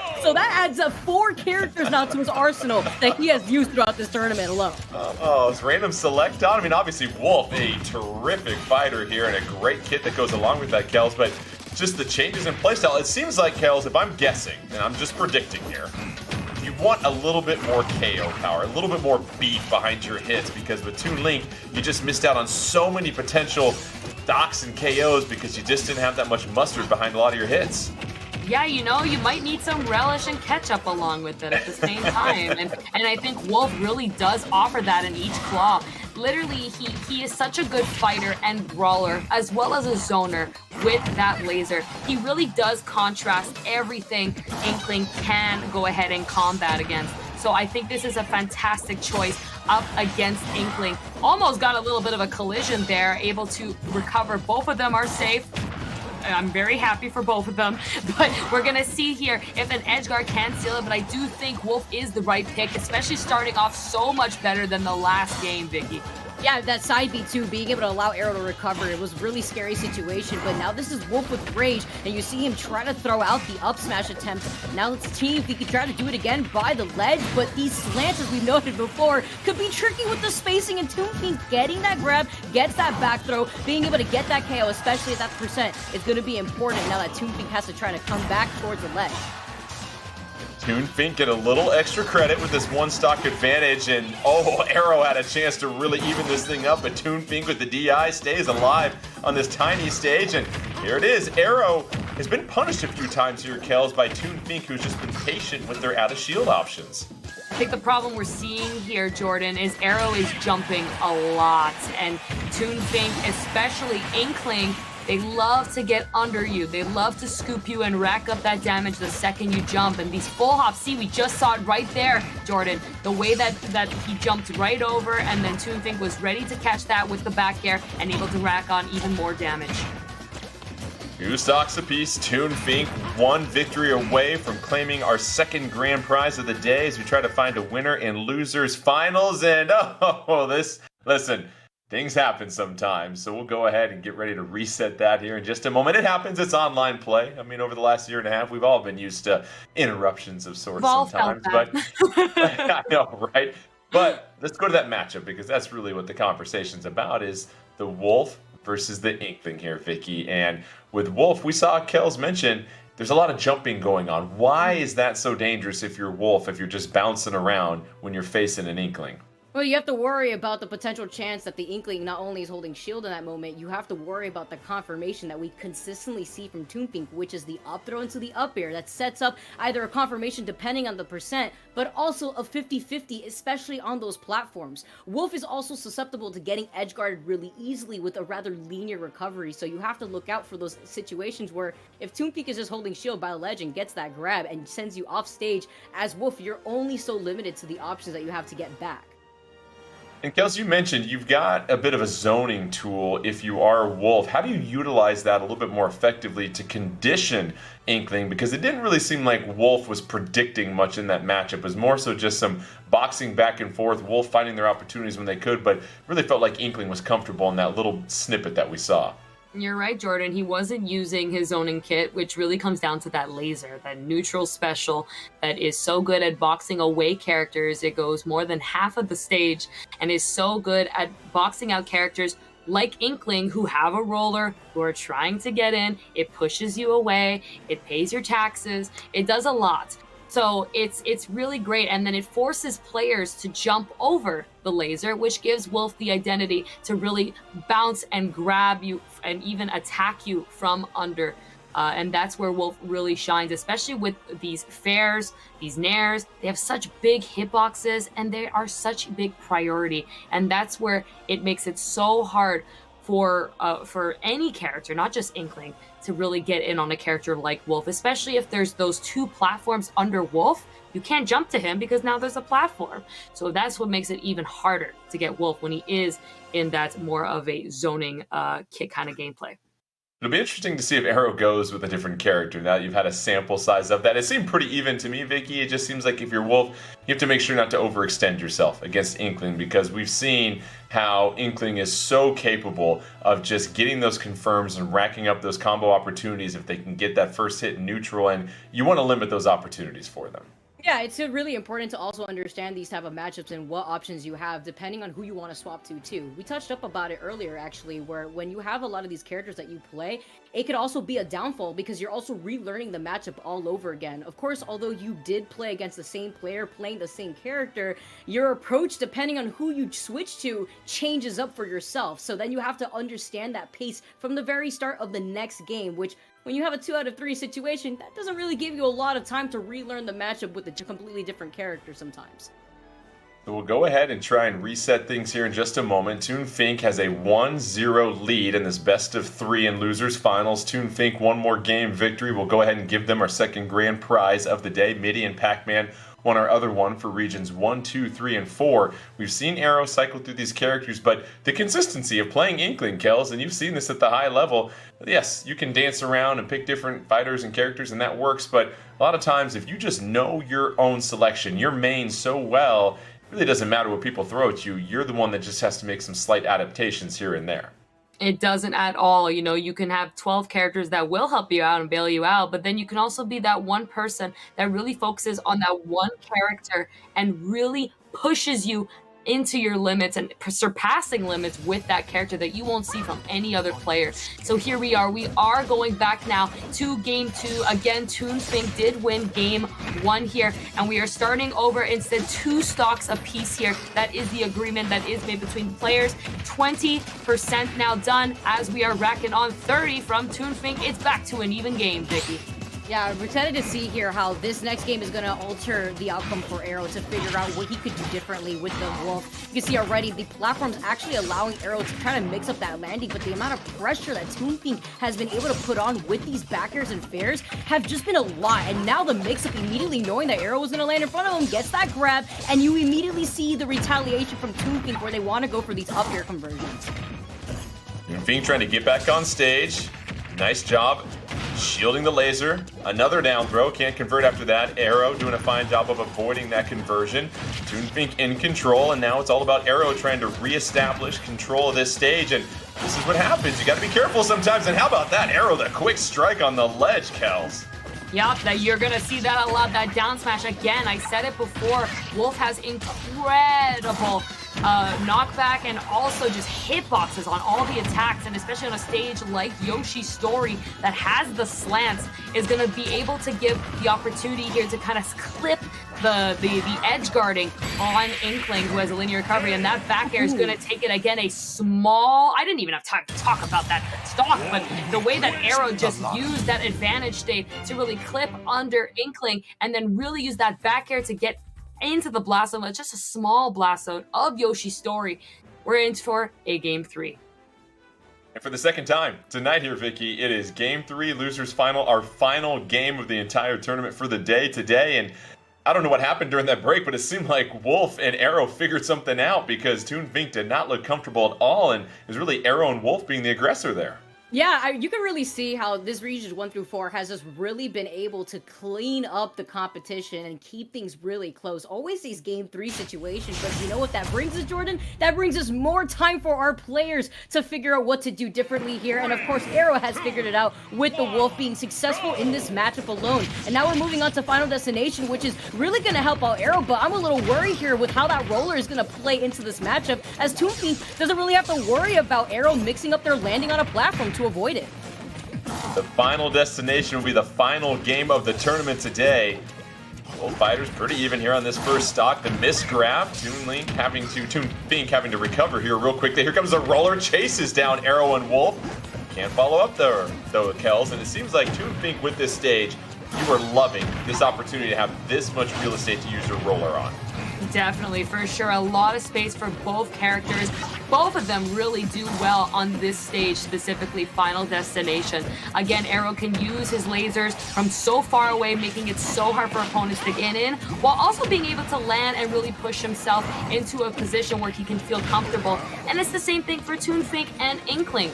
Inkling is able to really get around, dash around, get over, under, and use that roller to scoop up since there's no platforms to really stop anything. And now we do have an edge guard. It's going to work. The splat bomb sending Wolf on the other side of the stage. Not going to have enough momentum and a jump to get back. Up smash going to clip on over.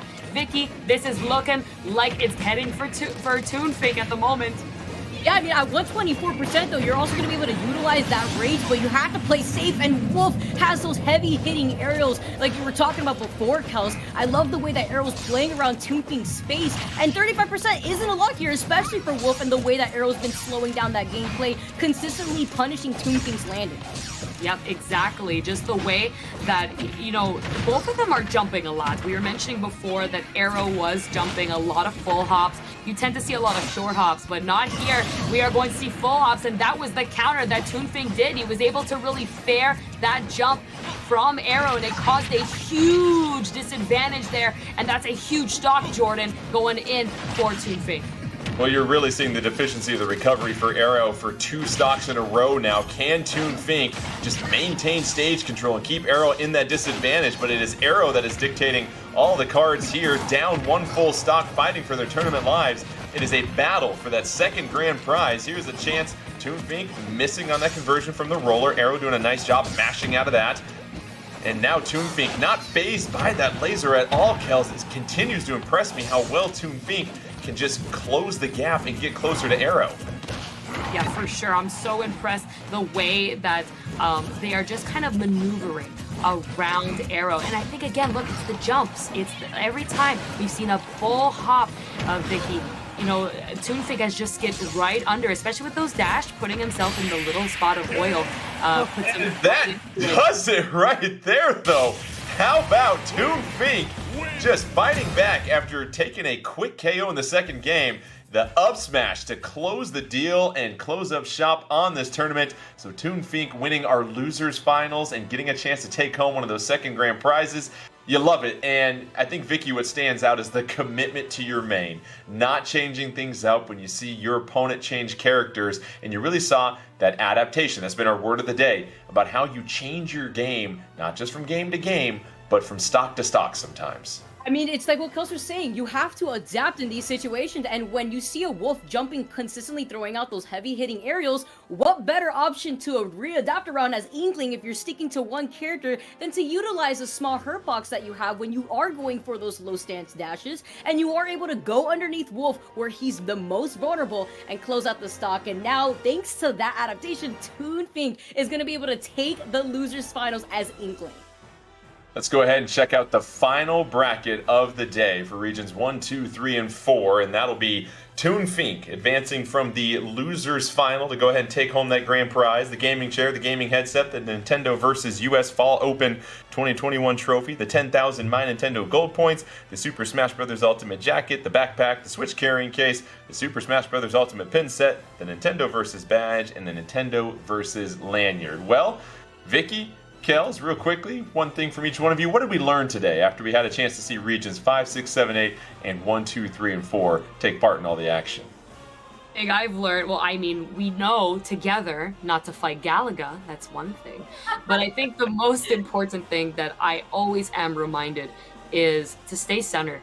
Every time each of these players have been cornered, off stage, really in such an uncomfortable position, that's where they've lost all momentum. When you have that center, you have that lead, you have that momentum, you have that confidence. It really does make a difference, and to never give up for sure. When you're behind in a lead, we've seen so many comebacks, so it's not down for the count. And something I would like to add into that, and with these competitors that we've seen, is to never count any of these characters out, no matter where you think they are on the tier list, because with Smash Bros. Ultimate, any character is viable, as you can see, and we've had a plethora of different characters up on stream, and a bunch of different winners progressing through the bracket, of course. We've had 4 winners between 2 of our different groups and our regions here, Jordan, and it's so exciting to see how the meta has just evolved for Smash Bros. Ultimate as we progress through the years.